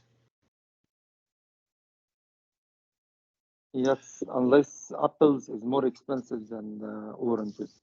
So there is, will be Yes, another option. yeah, there are multiple options. Now, as a hint, this is kind of question that I would put on an exam. I'd use different numbers. I'd call them different people, different kinds of fruit. But it would be this type of question that we'd have on an exam, and I would expect you to be able to answer all 7 of the questions. So please look at this carefully. And if you do have questions, then you come back next week and say, I have a question on slide 49, which is where we're at. And we'll go over that again. Okay? Okay. Well, we're going to run into an issue pretty soon. We're at it for an hour and a half, and we're not quite halfway through the slides in chapter 1. Am I moving too slowly or too quickly or just about right? Let's hear everyone tell me what's going on. Just speak one at a time. If we consider the 127 slides for this chapter, Yeah. like for this lesson, I think we need to go like faster. Well, okay, faster is a vote. The question is, It's fair. I think we are good. good rate? Okay. Okie dokie. So back to this slide. Okay, dokie. Okay, there we are. Production. Okay, production function demonstrates how many oranges and apples can be produced within the system of Alex. So Alex has, along the red line, all these various options. 300 oranges, 100 apples, maximum points give you, so that's 0, 300. This is 2, 0 coordinates. In the middle, he's producing 150 to about 50, roughly speaking. Okay, so this is what we see up on the table above. This is the graph of it. It's called a production function. Okay, and here we have Alex. And they're pointing out to us that any area above the production possibility curve is unattainable. Alex can't get there. Areas beneath the curve, like if he produces 220, 200 oranges, 20 apples in there, that's an inefficient, realizable but inefficient, because he's not maximizing the production he can. And one of the goals of economics is always to maximize things, have more. That's what that's showing us. And here is Claire's production function. Same thing, unattainable, inefficient. Okay.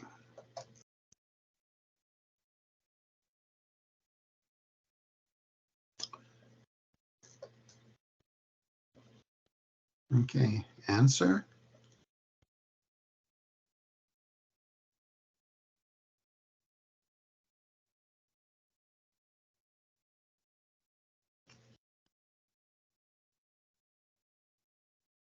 Are we there, folks? Yes, yeah, you are highlighting the right answer. Yeah, I did, didn't I? And I asked the question, why? Why?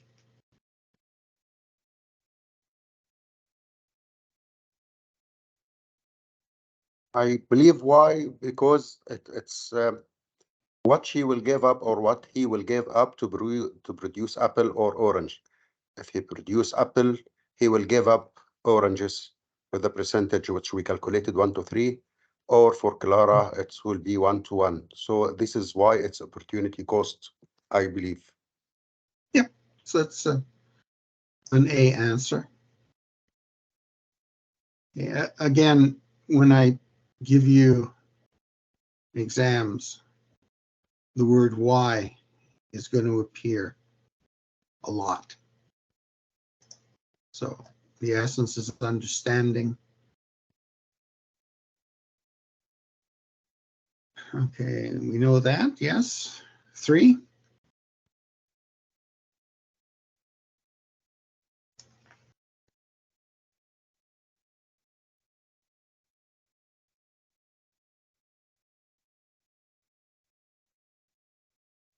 Agreed? Okay, moving on. Here we go.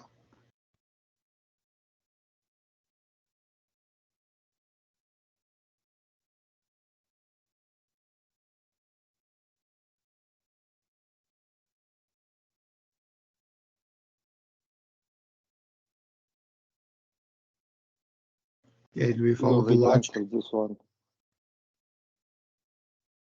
So repeat that, please. We already answered this one, 3 to 1. I know. They do this in the slides. I don't know why.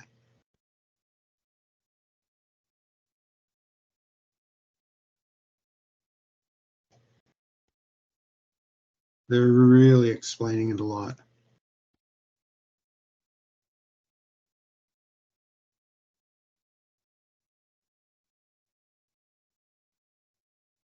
Okay, we know that. We've done that. We've done that. Okay.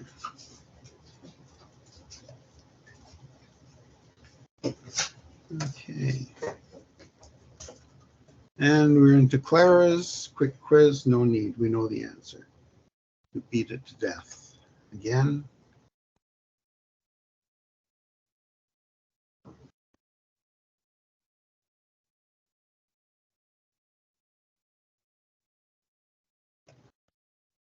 Okay, question I put in there. Who Clara. pays less? Clara, yes. She pays 1 orange to get an apple. Alex pays 3 oranges to get an apple. So the least cost of producing apples belongs to Clara.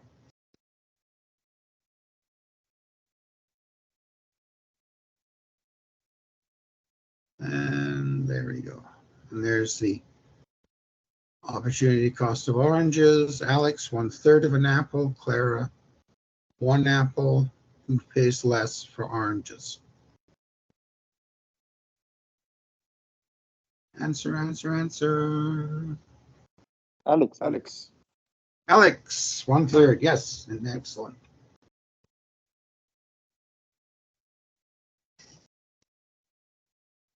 Okay, and then they're putting these two things together and asking us that. I use a small abbreviation in my addition there. Op cost for opportunity cost. Least. Okay, and I'm going to leave the answers to you because that's something, again, that could be asked on a test. If you can't figure it out, bring it back next week. Okay, now we're into comparative advantage, scarcity. We're going to deal with scarcity.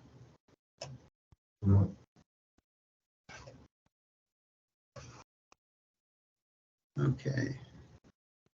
So I got to take a 5-minute break. I'll leave that up to your imaginations why.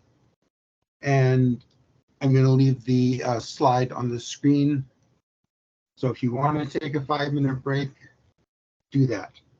Okie doke. I'll be back. Thanks.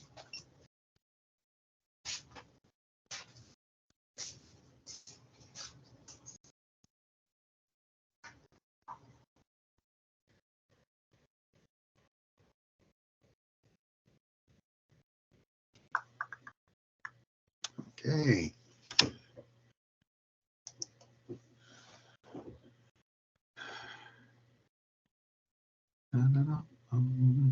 Are we all back? I know you can't tell me if you're not.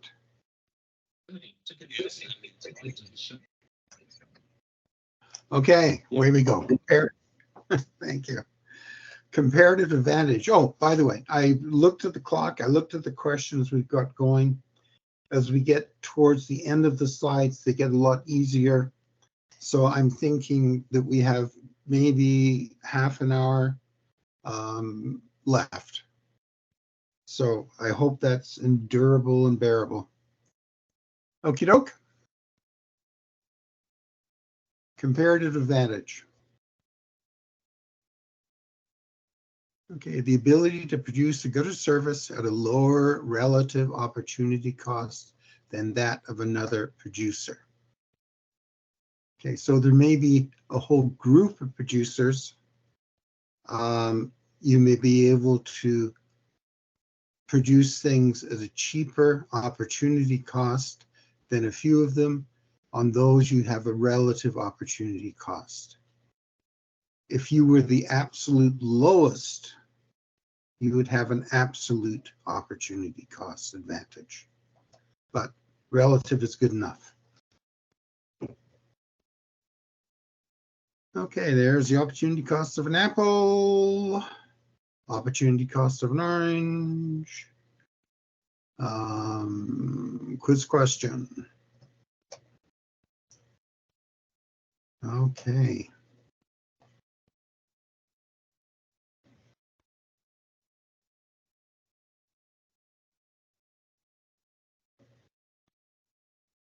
So in this question,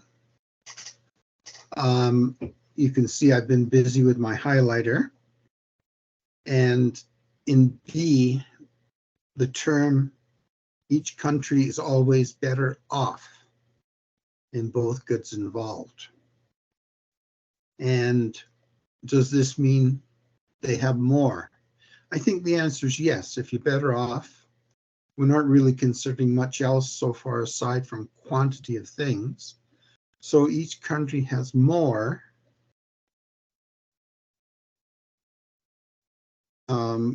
of the goods involved, in both goods involved. Ah. Professor, I have a question here. Yes, go ahead, for. The definition is talking only about the cost. It doesn't talk about the quality. No, it doesn't.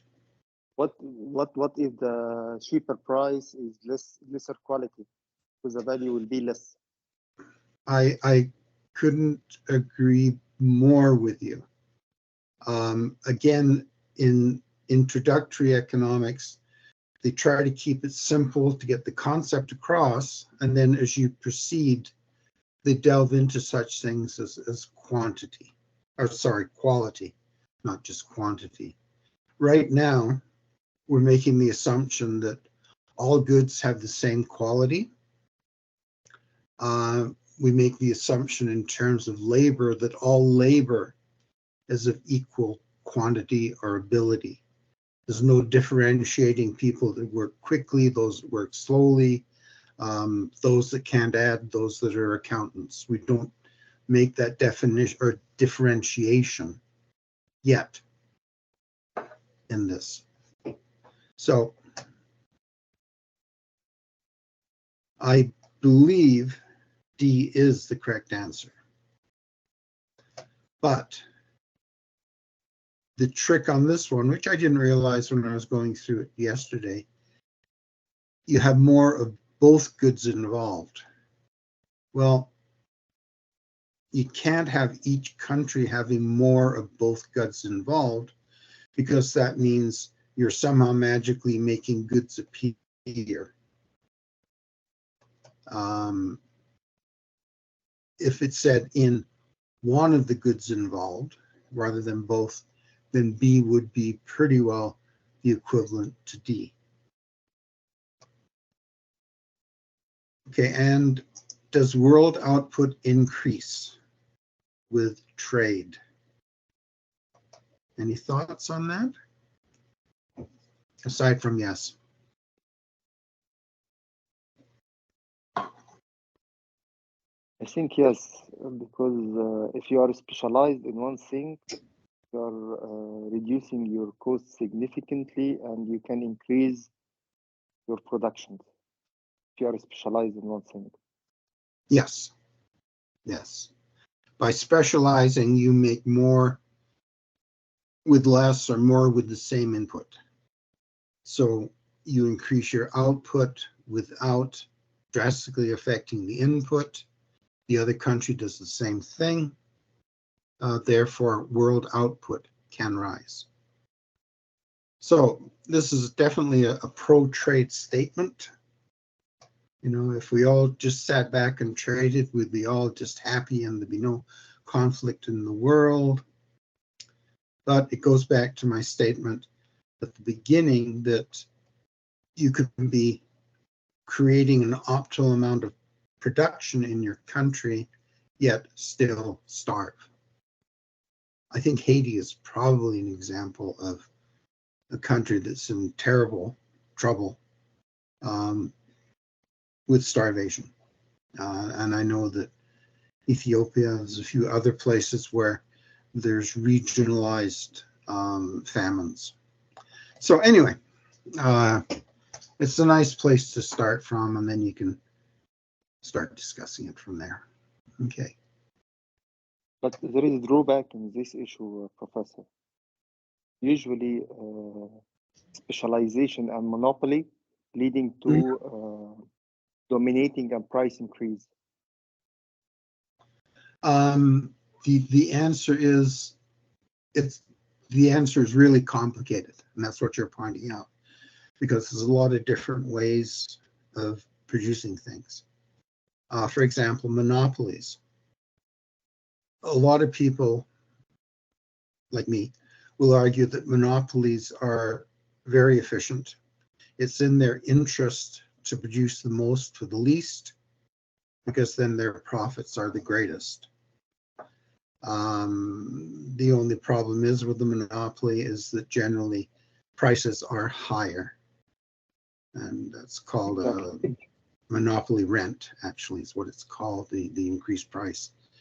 But in terms of products, it's difficult to say whether more or less are produced. I believe most times more might be produced, but who knows? You know, it might be when you get competition in the market, prices drop, quantity increases. So it's a big question, monopolies. Carrying on. And I think, Professor, we should consider having like more competitors in the market. So there is the monopoly when like one producer only in the market. But when we talk about production and the least cost and the product like value, so we should consider that we have like more competitors in the market, which will provide the same service or good with a better price. Generally, yes, I agree. The question is scale. For example, I used to be a Canadian, 30 million people. I think they have 3 major phone companies in Canada. They used to have a monopoly. They now have 3. Globally, that's insignificant in the size of phone companies, 3 small ones. So questions of scale start to happen, that if a monopoly can produce great quantities at scale and a lower price, then 3 or 4 smaller companies could. A monopoly that is a good citizen, you know, not gouging prices, things like that, could be a benefit.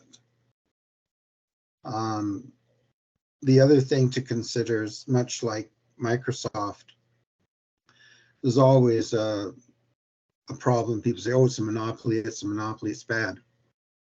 And that's as far as they go in the rationale. You know, what Microsoft does is it benefits from economies to scale. The more people that use their products, the more valuable their products are because information becomes interchangeable fairly easily. So it's a question always. It's something we have to keep in mind always. And my only hope is that if you run up against a problem, you say, what did that professor say?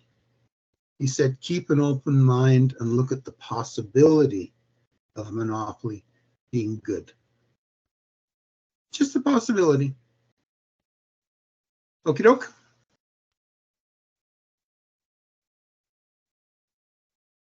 Okay, Estonia and Bulgaria.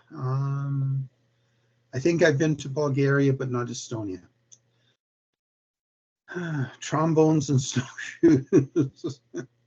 Oh, well. Okay, so I put the obvious answer, A. And why does it have a comparative advantage in trombones? It gives up 100 snowshoes for one trombone. Bulgaria gives up 150 snowshoes for one trombone. Therefore, Estonia has a comparative advantage in trombones. And what I'd encourage you to do is when you come across this question again in your studies, look at B, C, and D and see if you can go with why I put no. Okay.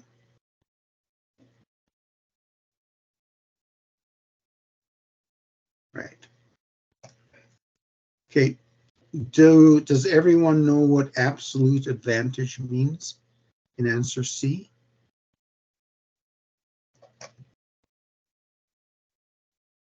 What it means, just to end the silence. Estonia has an absolute advantage in snowshoes, and it has an absolute advantage in trombones. And that means it makes more of them. It makes four. Is it significant? Absolute advantage, is that insignificant? Is it significant advantage? No, absolute advantage. An absolute advantage and a comparative advantage. They both have significance depending on the questions you're asking. Okay. But it's just a term that I hadn't seen in the slides prior to this absolute advantage. So it just means you produce more than your neighbor.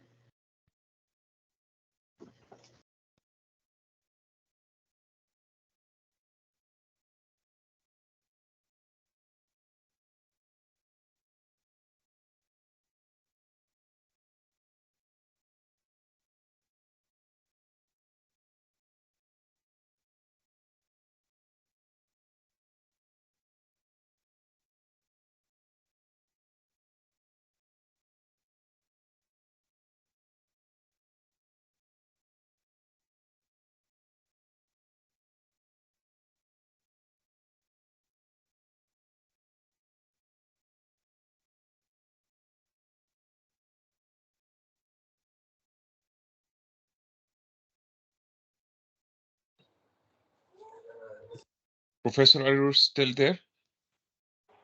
I think he's freezed now.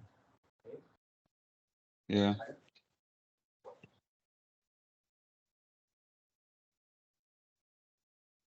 Let's give him some time.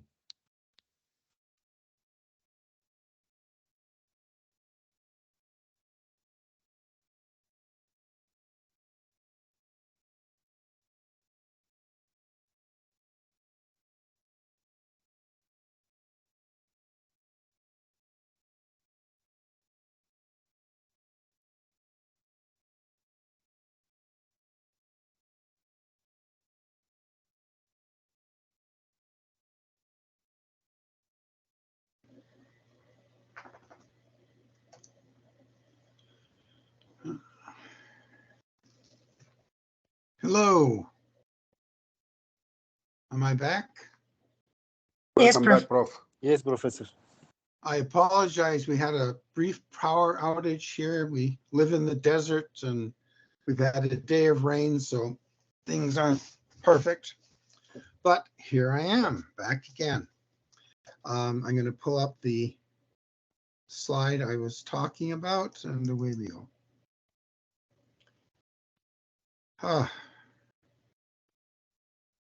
Thought I fell off the end of the world.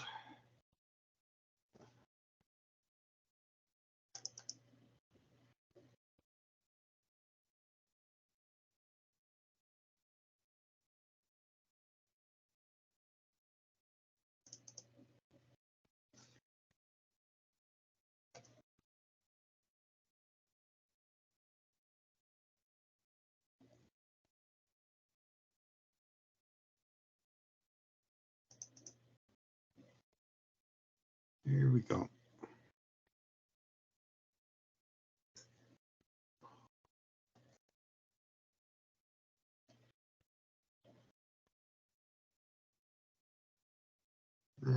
Opening it.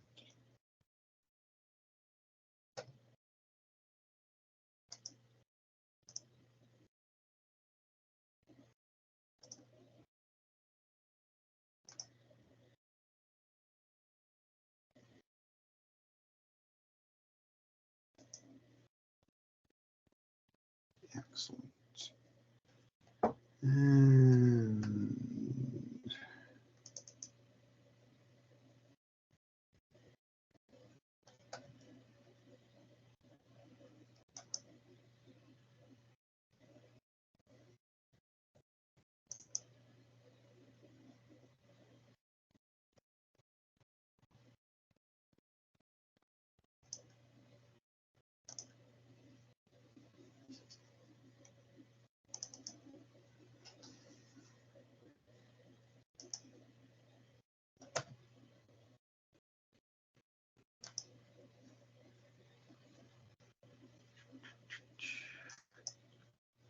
okay, we're seeing me now?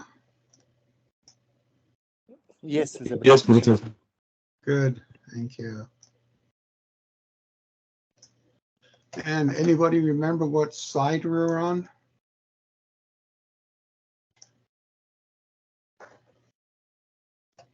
I think we're quite a way down here.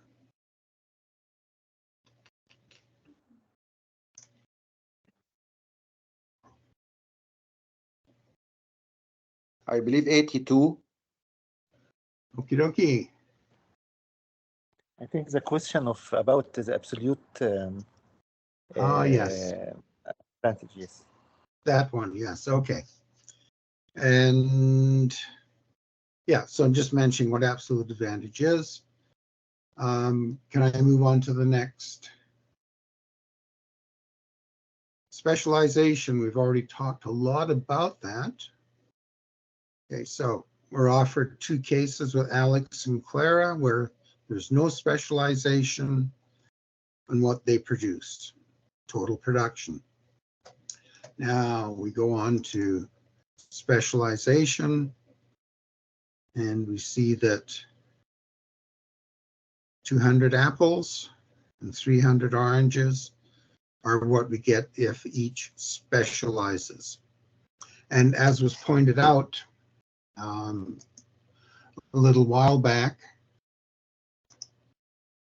okay.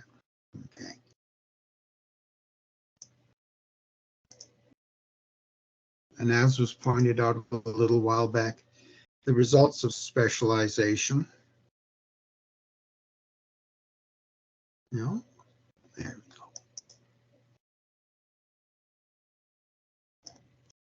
Can also be achieved in other ways where the, anyway, leave it at that. So 500 specialization.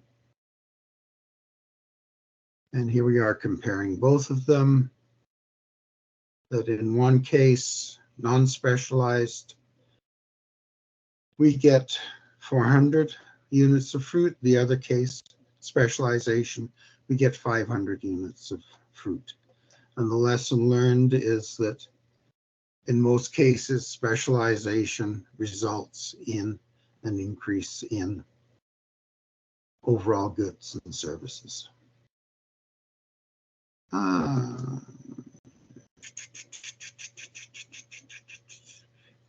Okay, and there, define specialization, discuss how it leads to interdependency in trade. I make a shot at an answer there. I've highlighted some things there, and I say this would be a good exam question, don't you think? So I do think it would be, and who knows? I haven't made the exams up yet, but I'm going to start with the midterm shortly, which isn't going to be a big deal in terms of marks. Your final exam is 25% of your mark, and when you look at how Windsor assigns marks and percentages and things like that, if you get 75%, you're in a C, and the B's and A's are all in that last final 25%. So your final exam really is important to getting a good grade. Okie doke, moving on. Terms of trade, we were talking about this a little while ago. Okay, price of one goods or service, terms of another. We're avoiding dollars and cents right now because it does make it a little more complex. And we know that. One.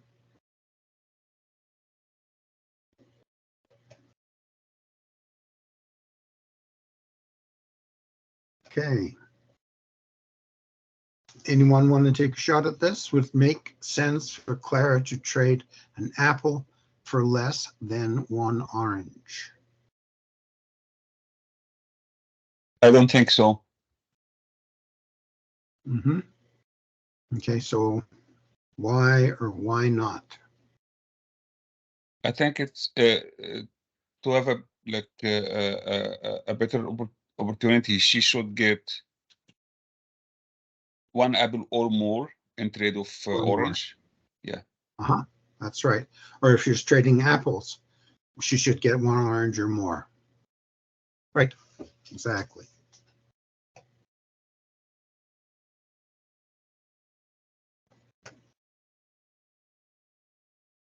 Okay, there's more complex answer to that question.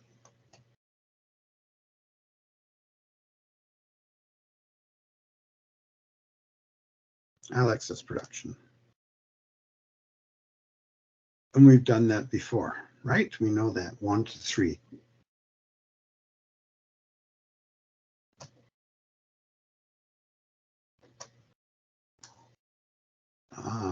So 1 to 3,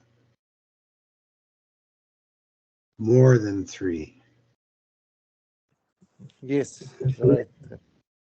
You could, Yes. it makes sense.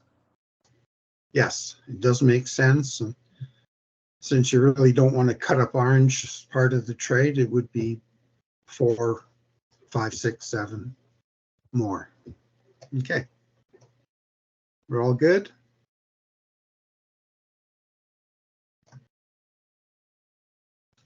Just what we said. Excellent. It's always nice when the book agrees with you. Okay. Okay, the first part of this, in order for trade to take place, it must be mutually beneficial. In other words, both parties to the trade want to trade. Both parties to the trade, their marginal benefit exceeds their marginal cost. In other words, they get more benefit from what they're trading for than what they traded. Okay. Like win-win situation. Something like win-win situation. Okay. Okay, so produce everything better off. Yes.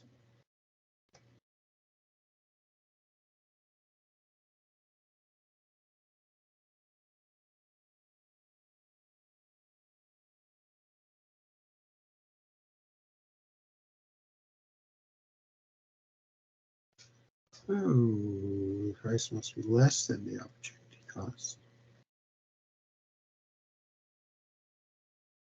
Right. Do the first and second points make sense? They're a little confusing, the way they're written.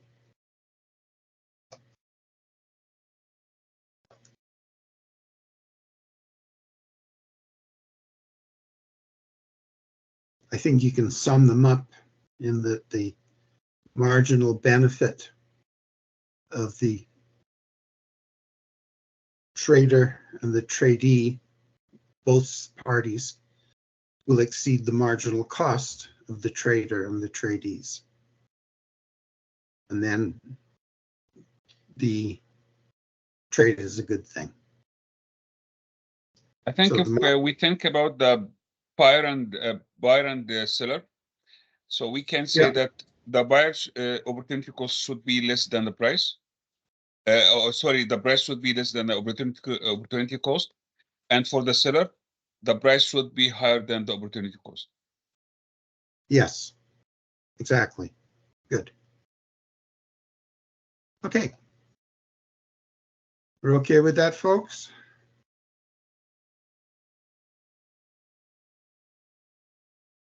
Just exactly what you said. Right on. Good.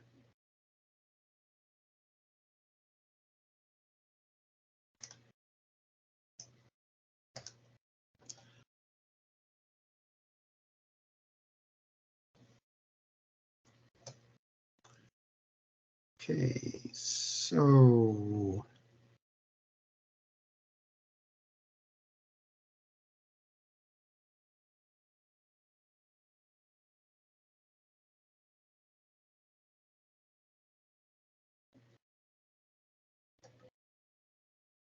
yes, that doesn't, my question on the bottom doesn't make sense. I was getting late when I wrote it. And I should be saying 100 apples for 299 oranges.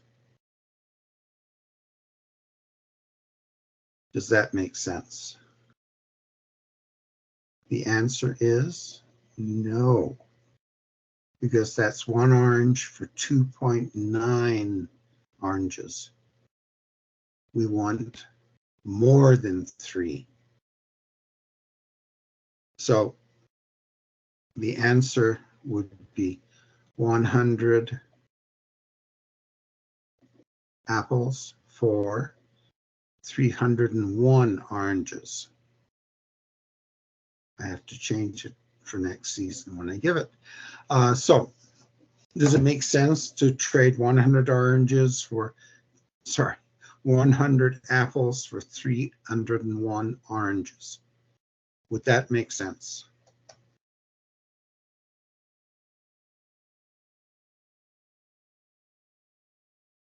Is 100 this apples. for the buyer or seller, Dr. Allen?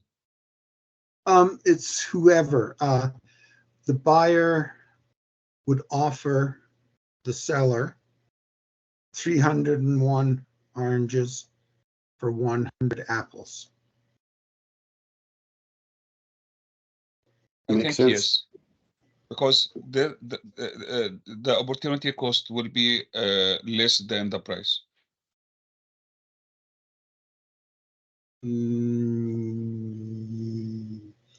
Yes.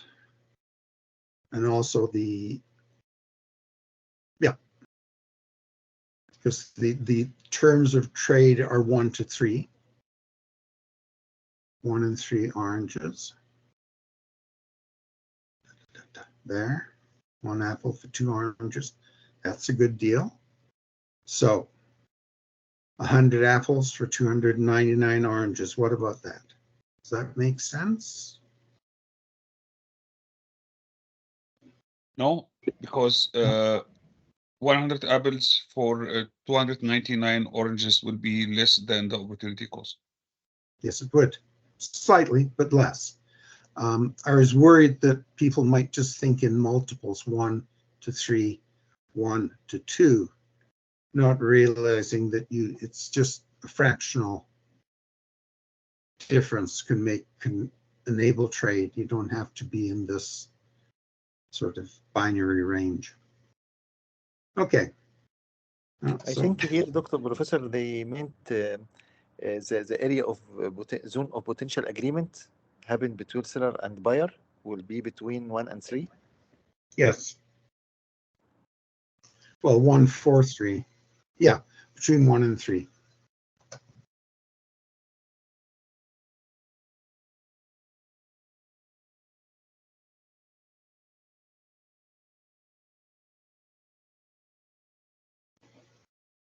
Yes.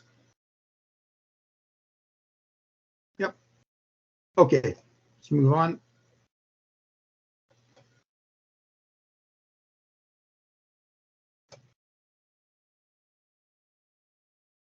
Okay, and then I put and why.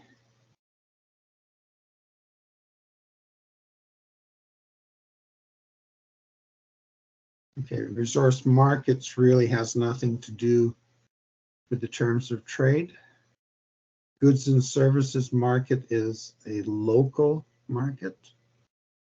Not a lot to do with the terms of trade. Wealth of a country, no, not really. Yeah, I think the A. answer is number A, because A. Yes, because sorry, Dr. Muhammad, go ahead. there are, both seller and buyer has to achieve mutual benefit, and the Yes, only way they do. to Yeah, mutual benefit, exactly. And I think A is the option that gives that. We can have different opportunity costs, but they have to exceed, or the benefit has to exceed the opportunity costs. Resource market, definitely not. And as I said, goods and services market is generally something local. And wealth of a country, not really. You still have to have marginal costs and marginal benefits, even for a very wealthy country. You know, America has a substantial amount of trade, and it's at least in the top 3 of wealthy countries of the world. So, okay, gains from trade. Back to this diagram where we're showing oranges and apples, Clara, possible and efficient. It does that. It's possible and it's efficient. Possibility we trade.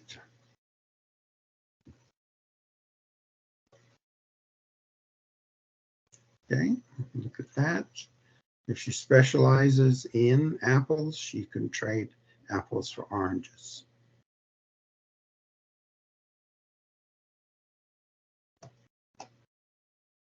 Okay, so she trades away 60 apples. There's the, she now has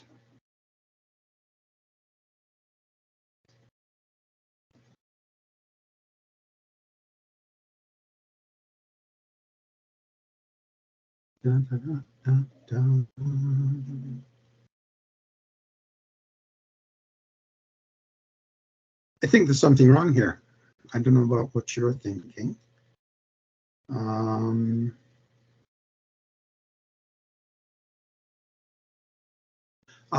Okay.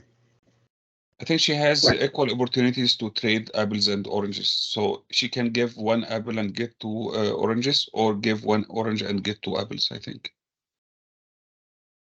Yeah, I think also, like, I'm trying to square 60 apples.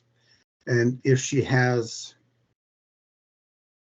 200 apples, because she just specializes in apples, gives away 60 of those apples, she will have 140 apples.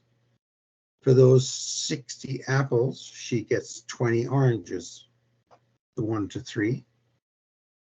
No, 2 for 1, 2 for 1. Yeah, that's the opportunity trade. So she then has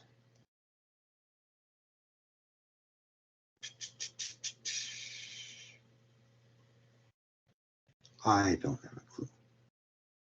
It was like capped to 120 oranges because the maximum production for the other like party is 120 oranges.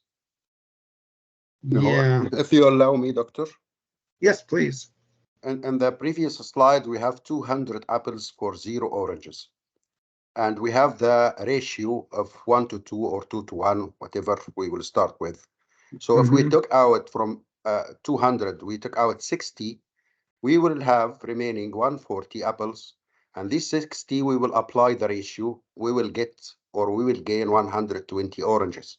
So if she thinking tradely, she will get 140 apples and 120 oranges instead of 200, the maximum apples and 0 oranges. Okay, sounds good. Yes.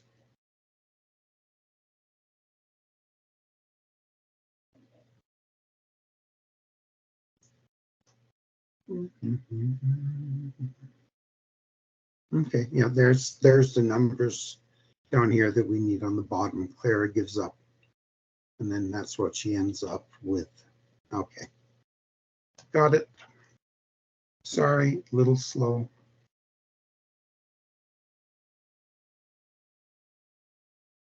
And here is Clara's production function. And after the trade, she's out here. Okay, with the 60, is that 60? No, 120. Go back. 120 oranges, 140 apples. Apples. 60, 160.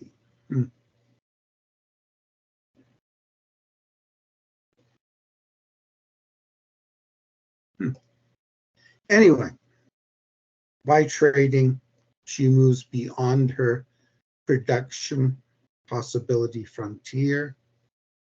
It's also sometimes called the consumption line, that the maximum that Clara can eat or produce is here.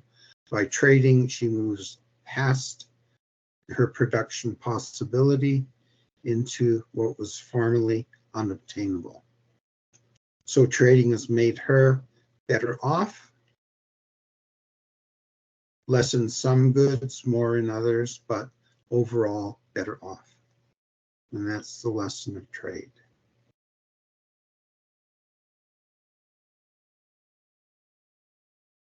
Okay, and there.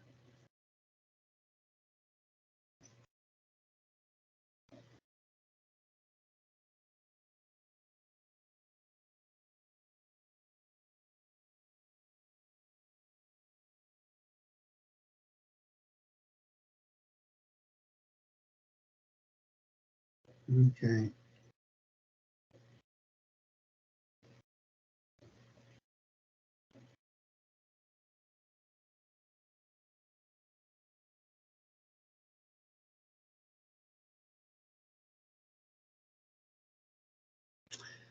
Same story. When we're finished this following week, I'm going to actually check these tables and see if these numbers are right. I can't see how they're right. Like, he has 50 oranges. He trades. Alex gives up 120 of them. That means he has 30 oranges and he gains 60 apples. So from what I can see, he should have 110 apples and 120 oranges, which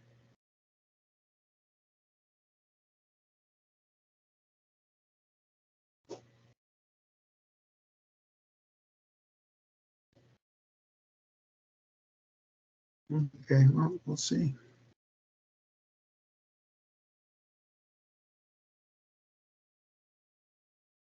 Okay, I'll check him out, see whether I am confused or not. But again, by trading, if he ends up with this, which they tell us he does, he is a point beyond his production frontier. he too is better off with trading. So both parties to the trade are better off. They're better off in different ways, one having more oranges, the other having more apples. So that is the lesson. There we are comparing them. How nice of them. Okay.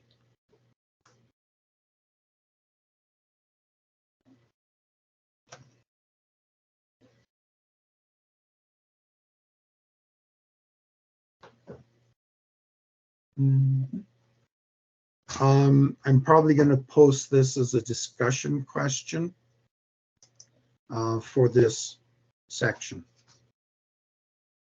So you'll see that pop up on your screen shortly.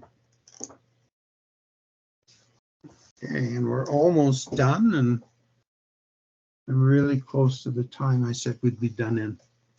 That's good, despite power failures.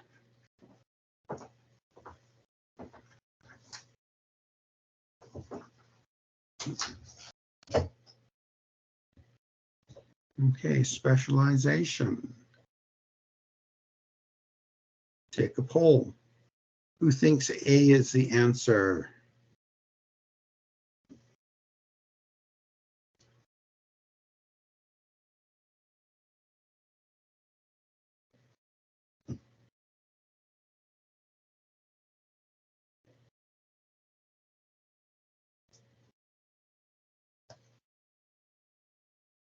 Okay, the critical part of this question, it's a more efficient use. It's not more resources, it's a more efficient use of resources. Okay. Next one, B, results in more self-sufficiency.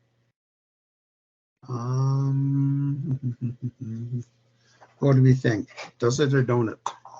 And C, is considered an underlying concept. Trade is not considered. Well, there's the important part there. And does not impact the world economy. So I think we can very quickly discard C and D. Now, our choices are A and B.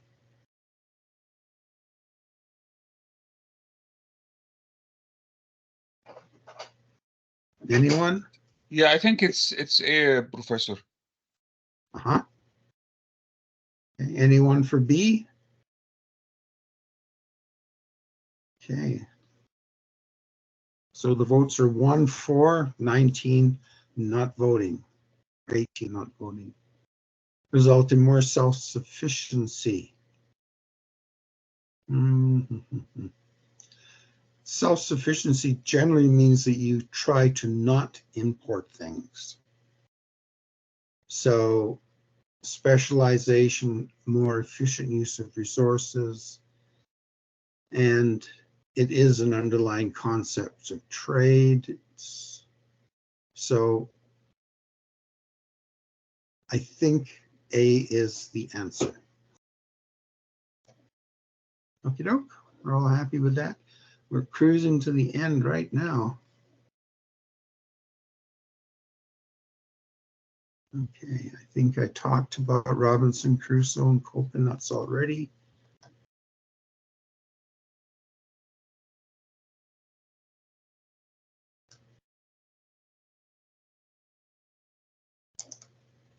Okay, so essentially what this is saying is that as you produce more, your resource cost increases because when you initially produce things, you take pains to get the most economic resources possible.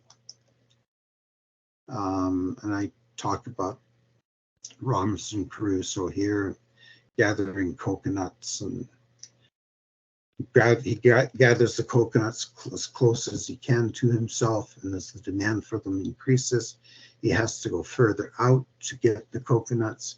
It costs him more time, and as we know, time is a resource, it is labor.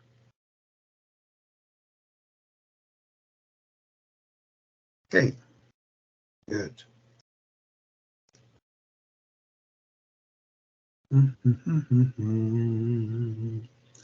Well, here's Michael is producing something. Apples, oranges. Oh boy, very popular product. Okay, next slide. And this is great. We actually have what's really called a production possibility frontier. And it's a curve. Yay, not a straight line. And I've given you an idea of why the curve bows out. It's like a little cliff or something. And I think you can read that over and you should figure it out. Production possibility frontiers. I can't imagine one that would bow in, because that would mean that at least over a very substantive part of your production, you're getting decreasing opportunity costs. So anyway, this is what they normally look like, and you can do things with them. And we will be as we go on.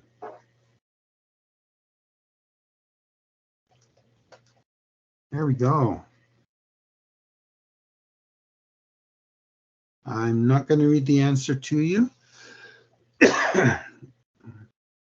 You want to read it over now, or should we plow on to the last 5 slides?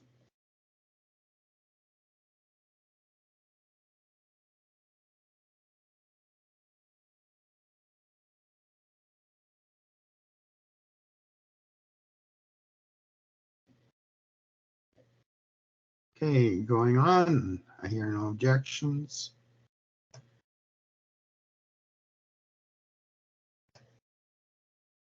Quiz. What does this tell you? Okay, I'm going to go through each one and ask whether this is correct. Jan's opportunity cost of the 4th hour spent at the gym is 4% decrease in quiz score.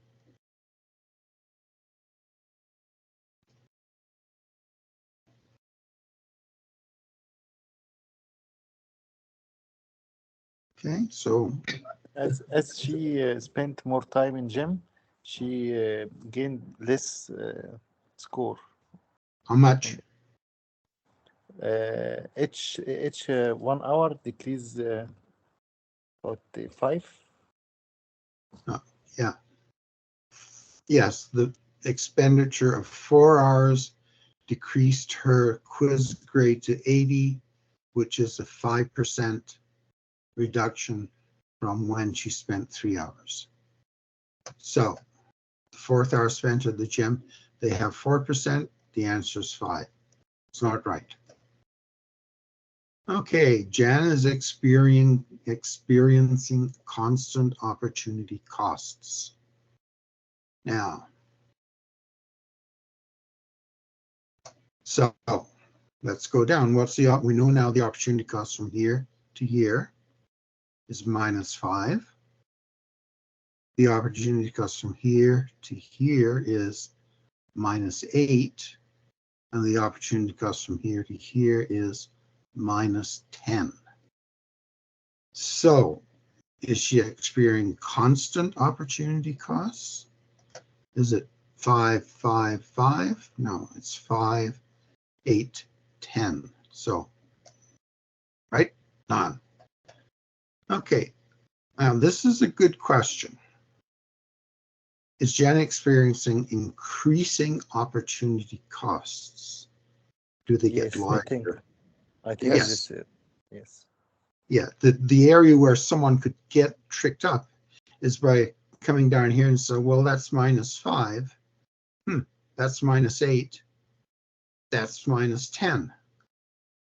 And they're negative numbers, but it is actually, she's experiencing an increasing opportunity cost.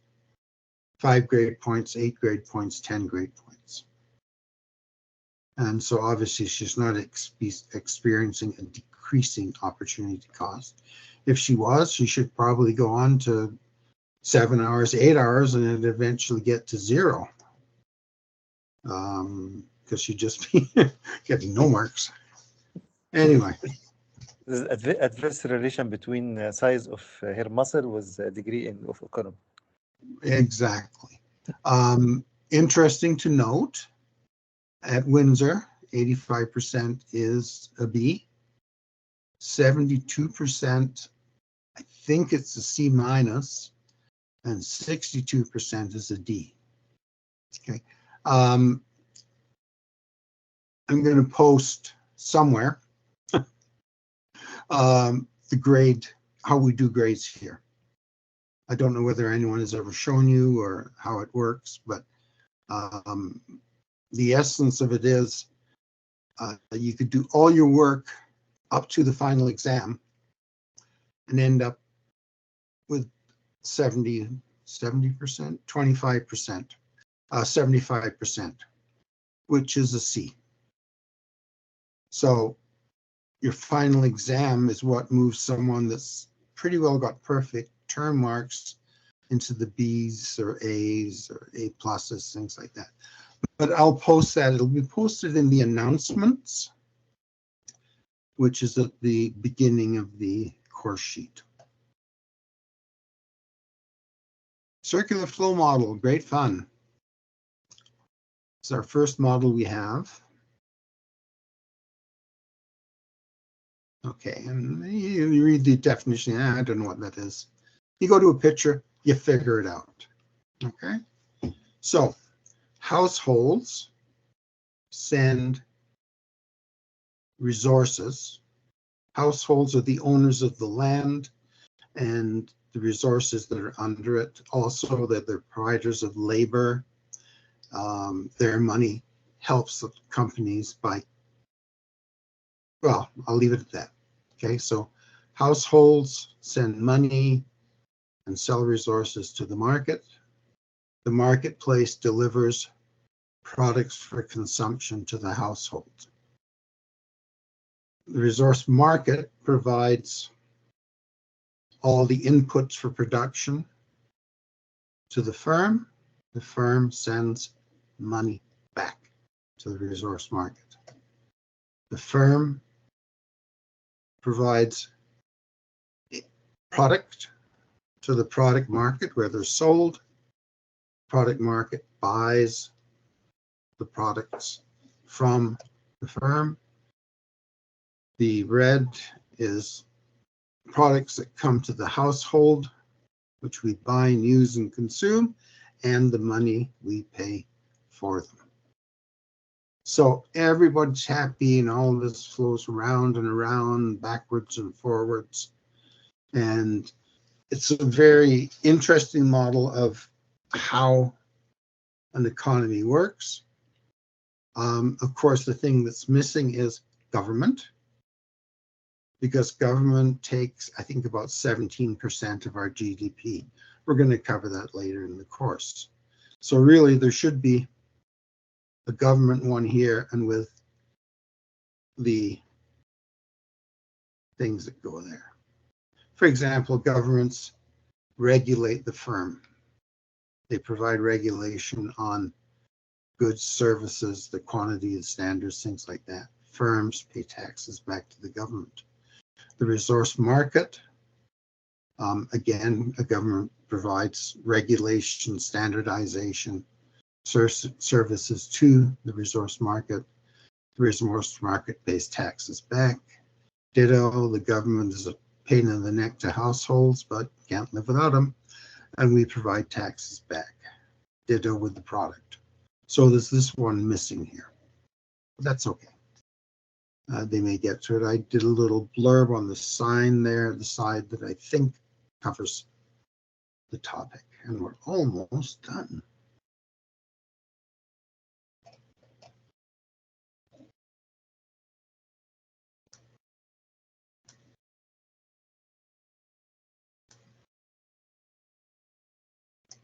Okay, this is just to get you a little bit familiar with this circular flow diagram. I can pretty well guarantee you won't end up in a business and the CEO won't walk in and say, what do you think our position in the circular flow market is? It's a concept that's used. It's a concept that economists grow. So it's good to be familiar. So if someone says circular flow, you're not left in the dark. Okay.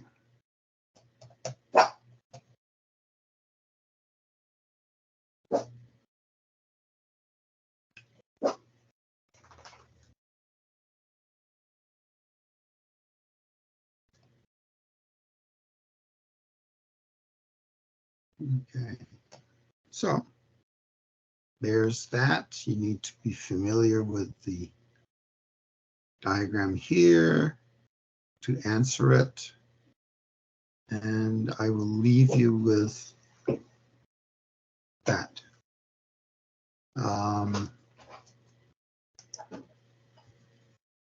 Do we know the answer?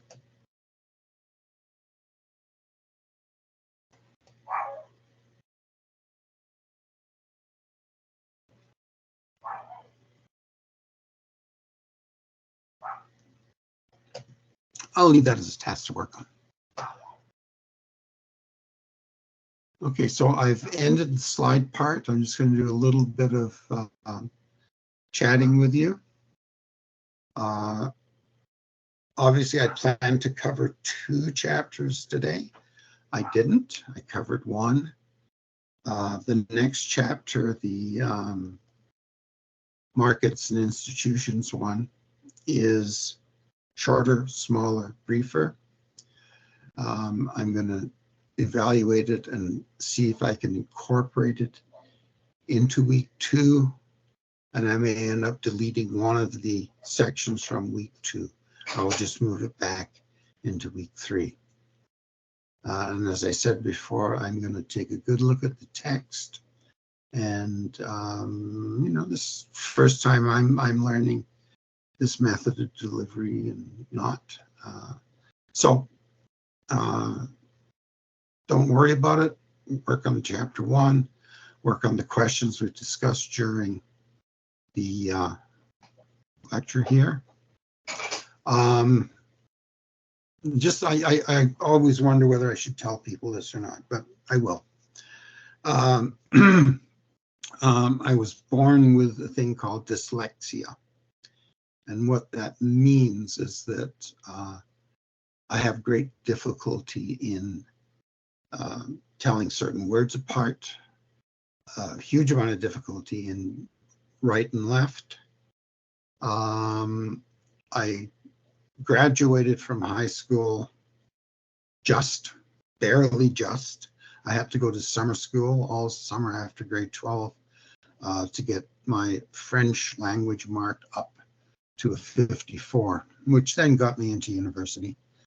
And to my chagrin, the year after I did that, they dropped the French language requirement for university. But anyway, did terrible in first year university too. And I was a quandary to most of my teachers because I couldn't spell. As a result, if you can't spell, you really can't write. And I couldn't read.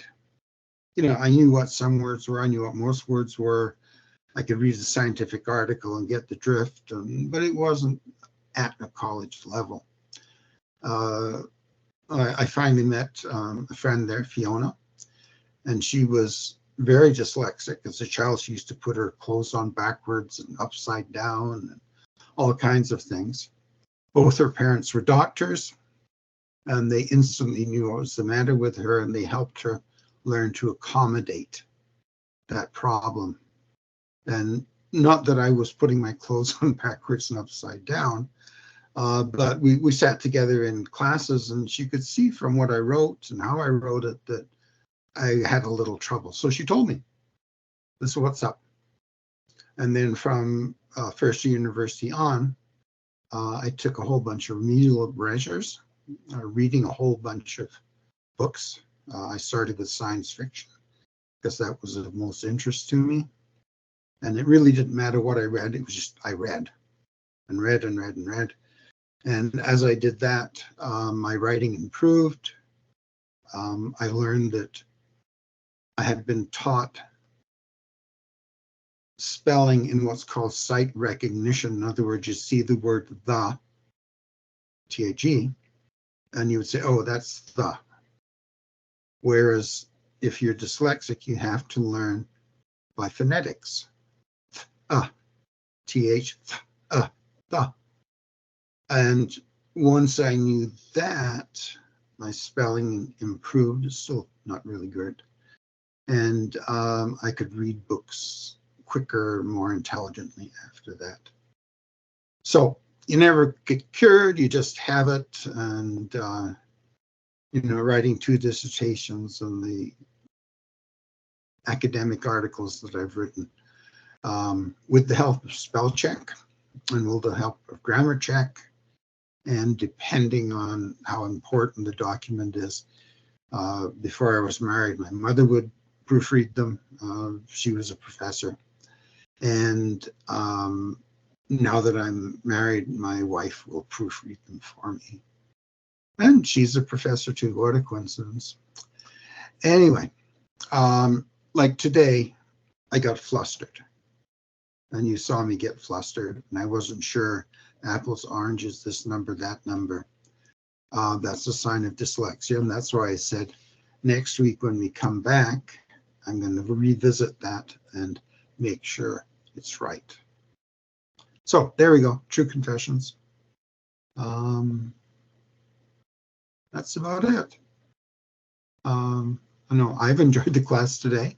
It was fun, and I expect that they're going to get better as the term goes on. And thanks, Martin. And hopefully Sarah's going to let me teach it again, and I'll do even better. So thanks for being guinea pigs. Thanks for being patient.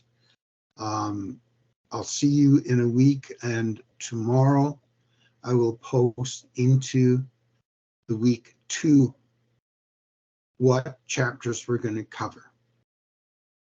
And pretty sure it'll be 2 and 3, not 3 and 4. Well, supply and demand go together, but we'll see. Okay. Thank you for your attention and your attendance. I appreciate it. Remember, if you got questions, email me either at Outlook or in Gmail. I believe both my addresses are on the announcements part of the course. If not, they will be by tomorrow. Okay, so if you have questions, ask. Thank you, Professor. Okay, guys, thank you. I appreciate it. Thank you very much, Professor. Thank you. Thank you, Professor. Bye. Thank you. Thank you. Thank you. Bye. Oh, Thank you, boss. thank you. Thank you. Thank you. Okay, guys. My dogs are bugging me. I've got to go take them out. Bye.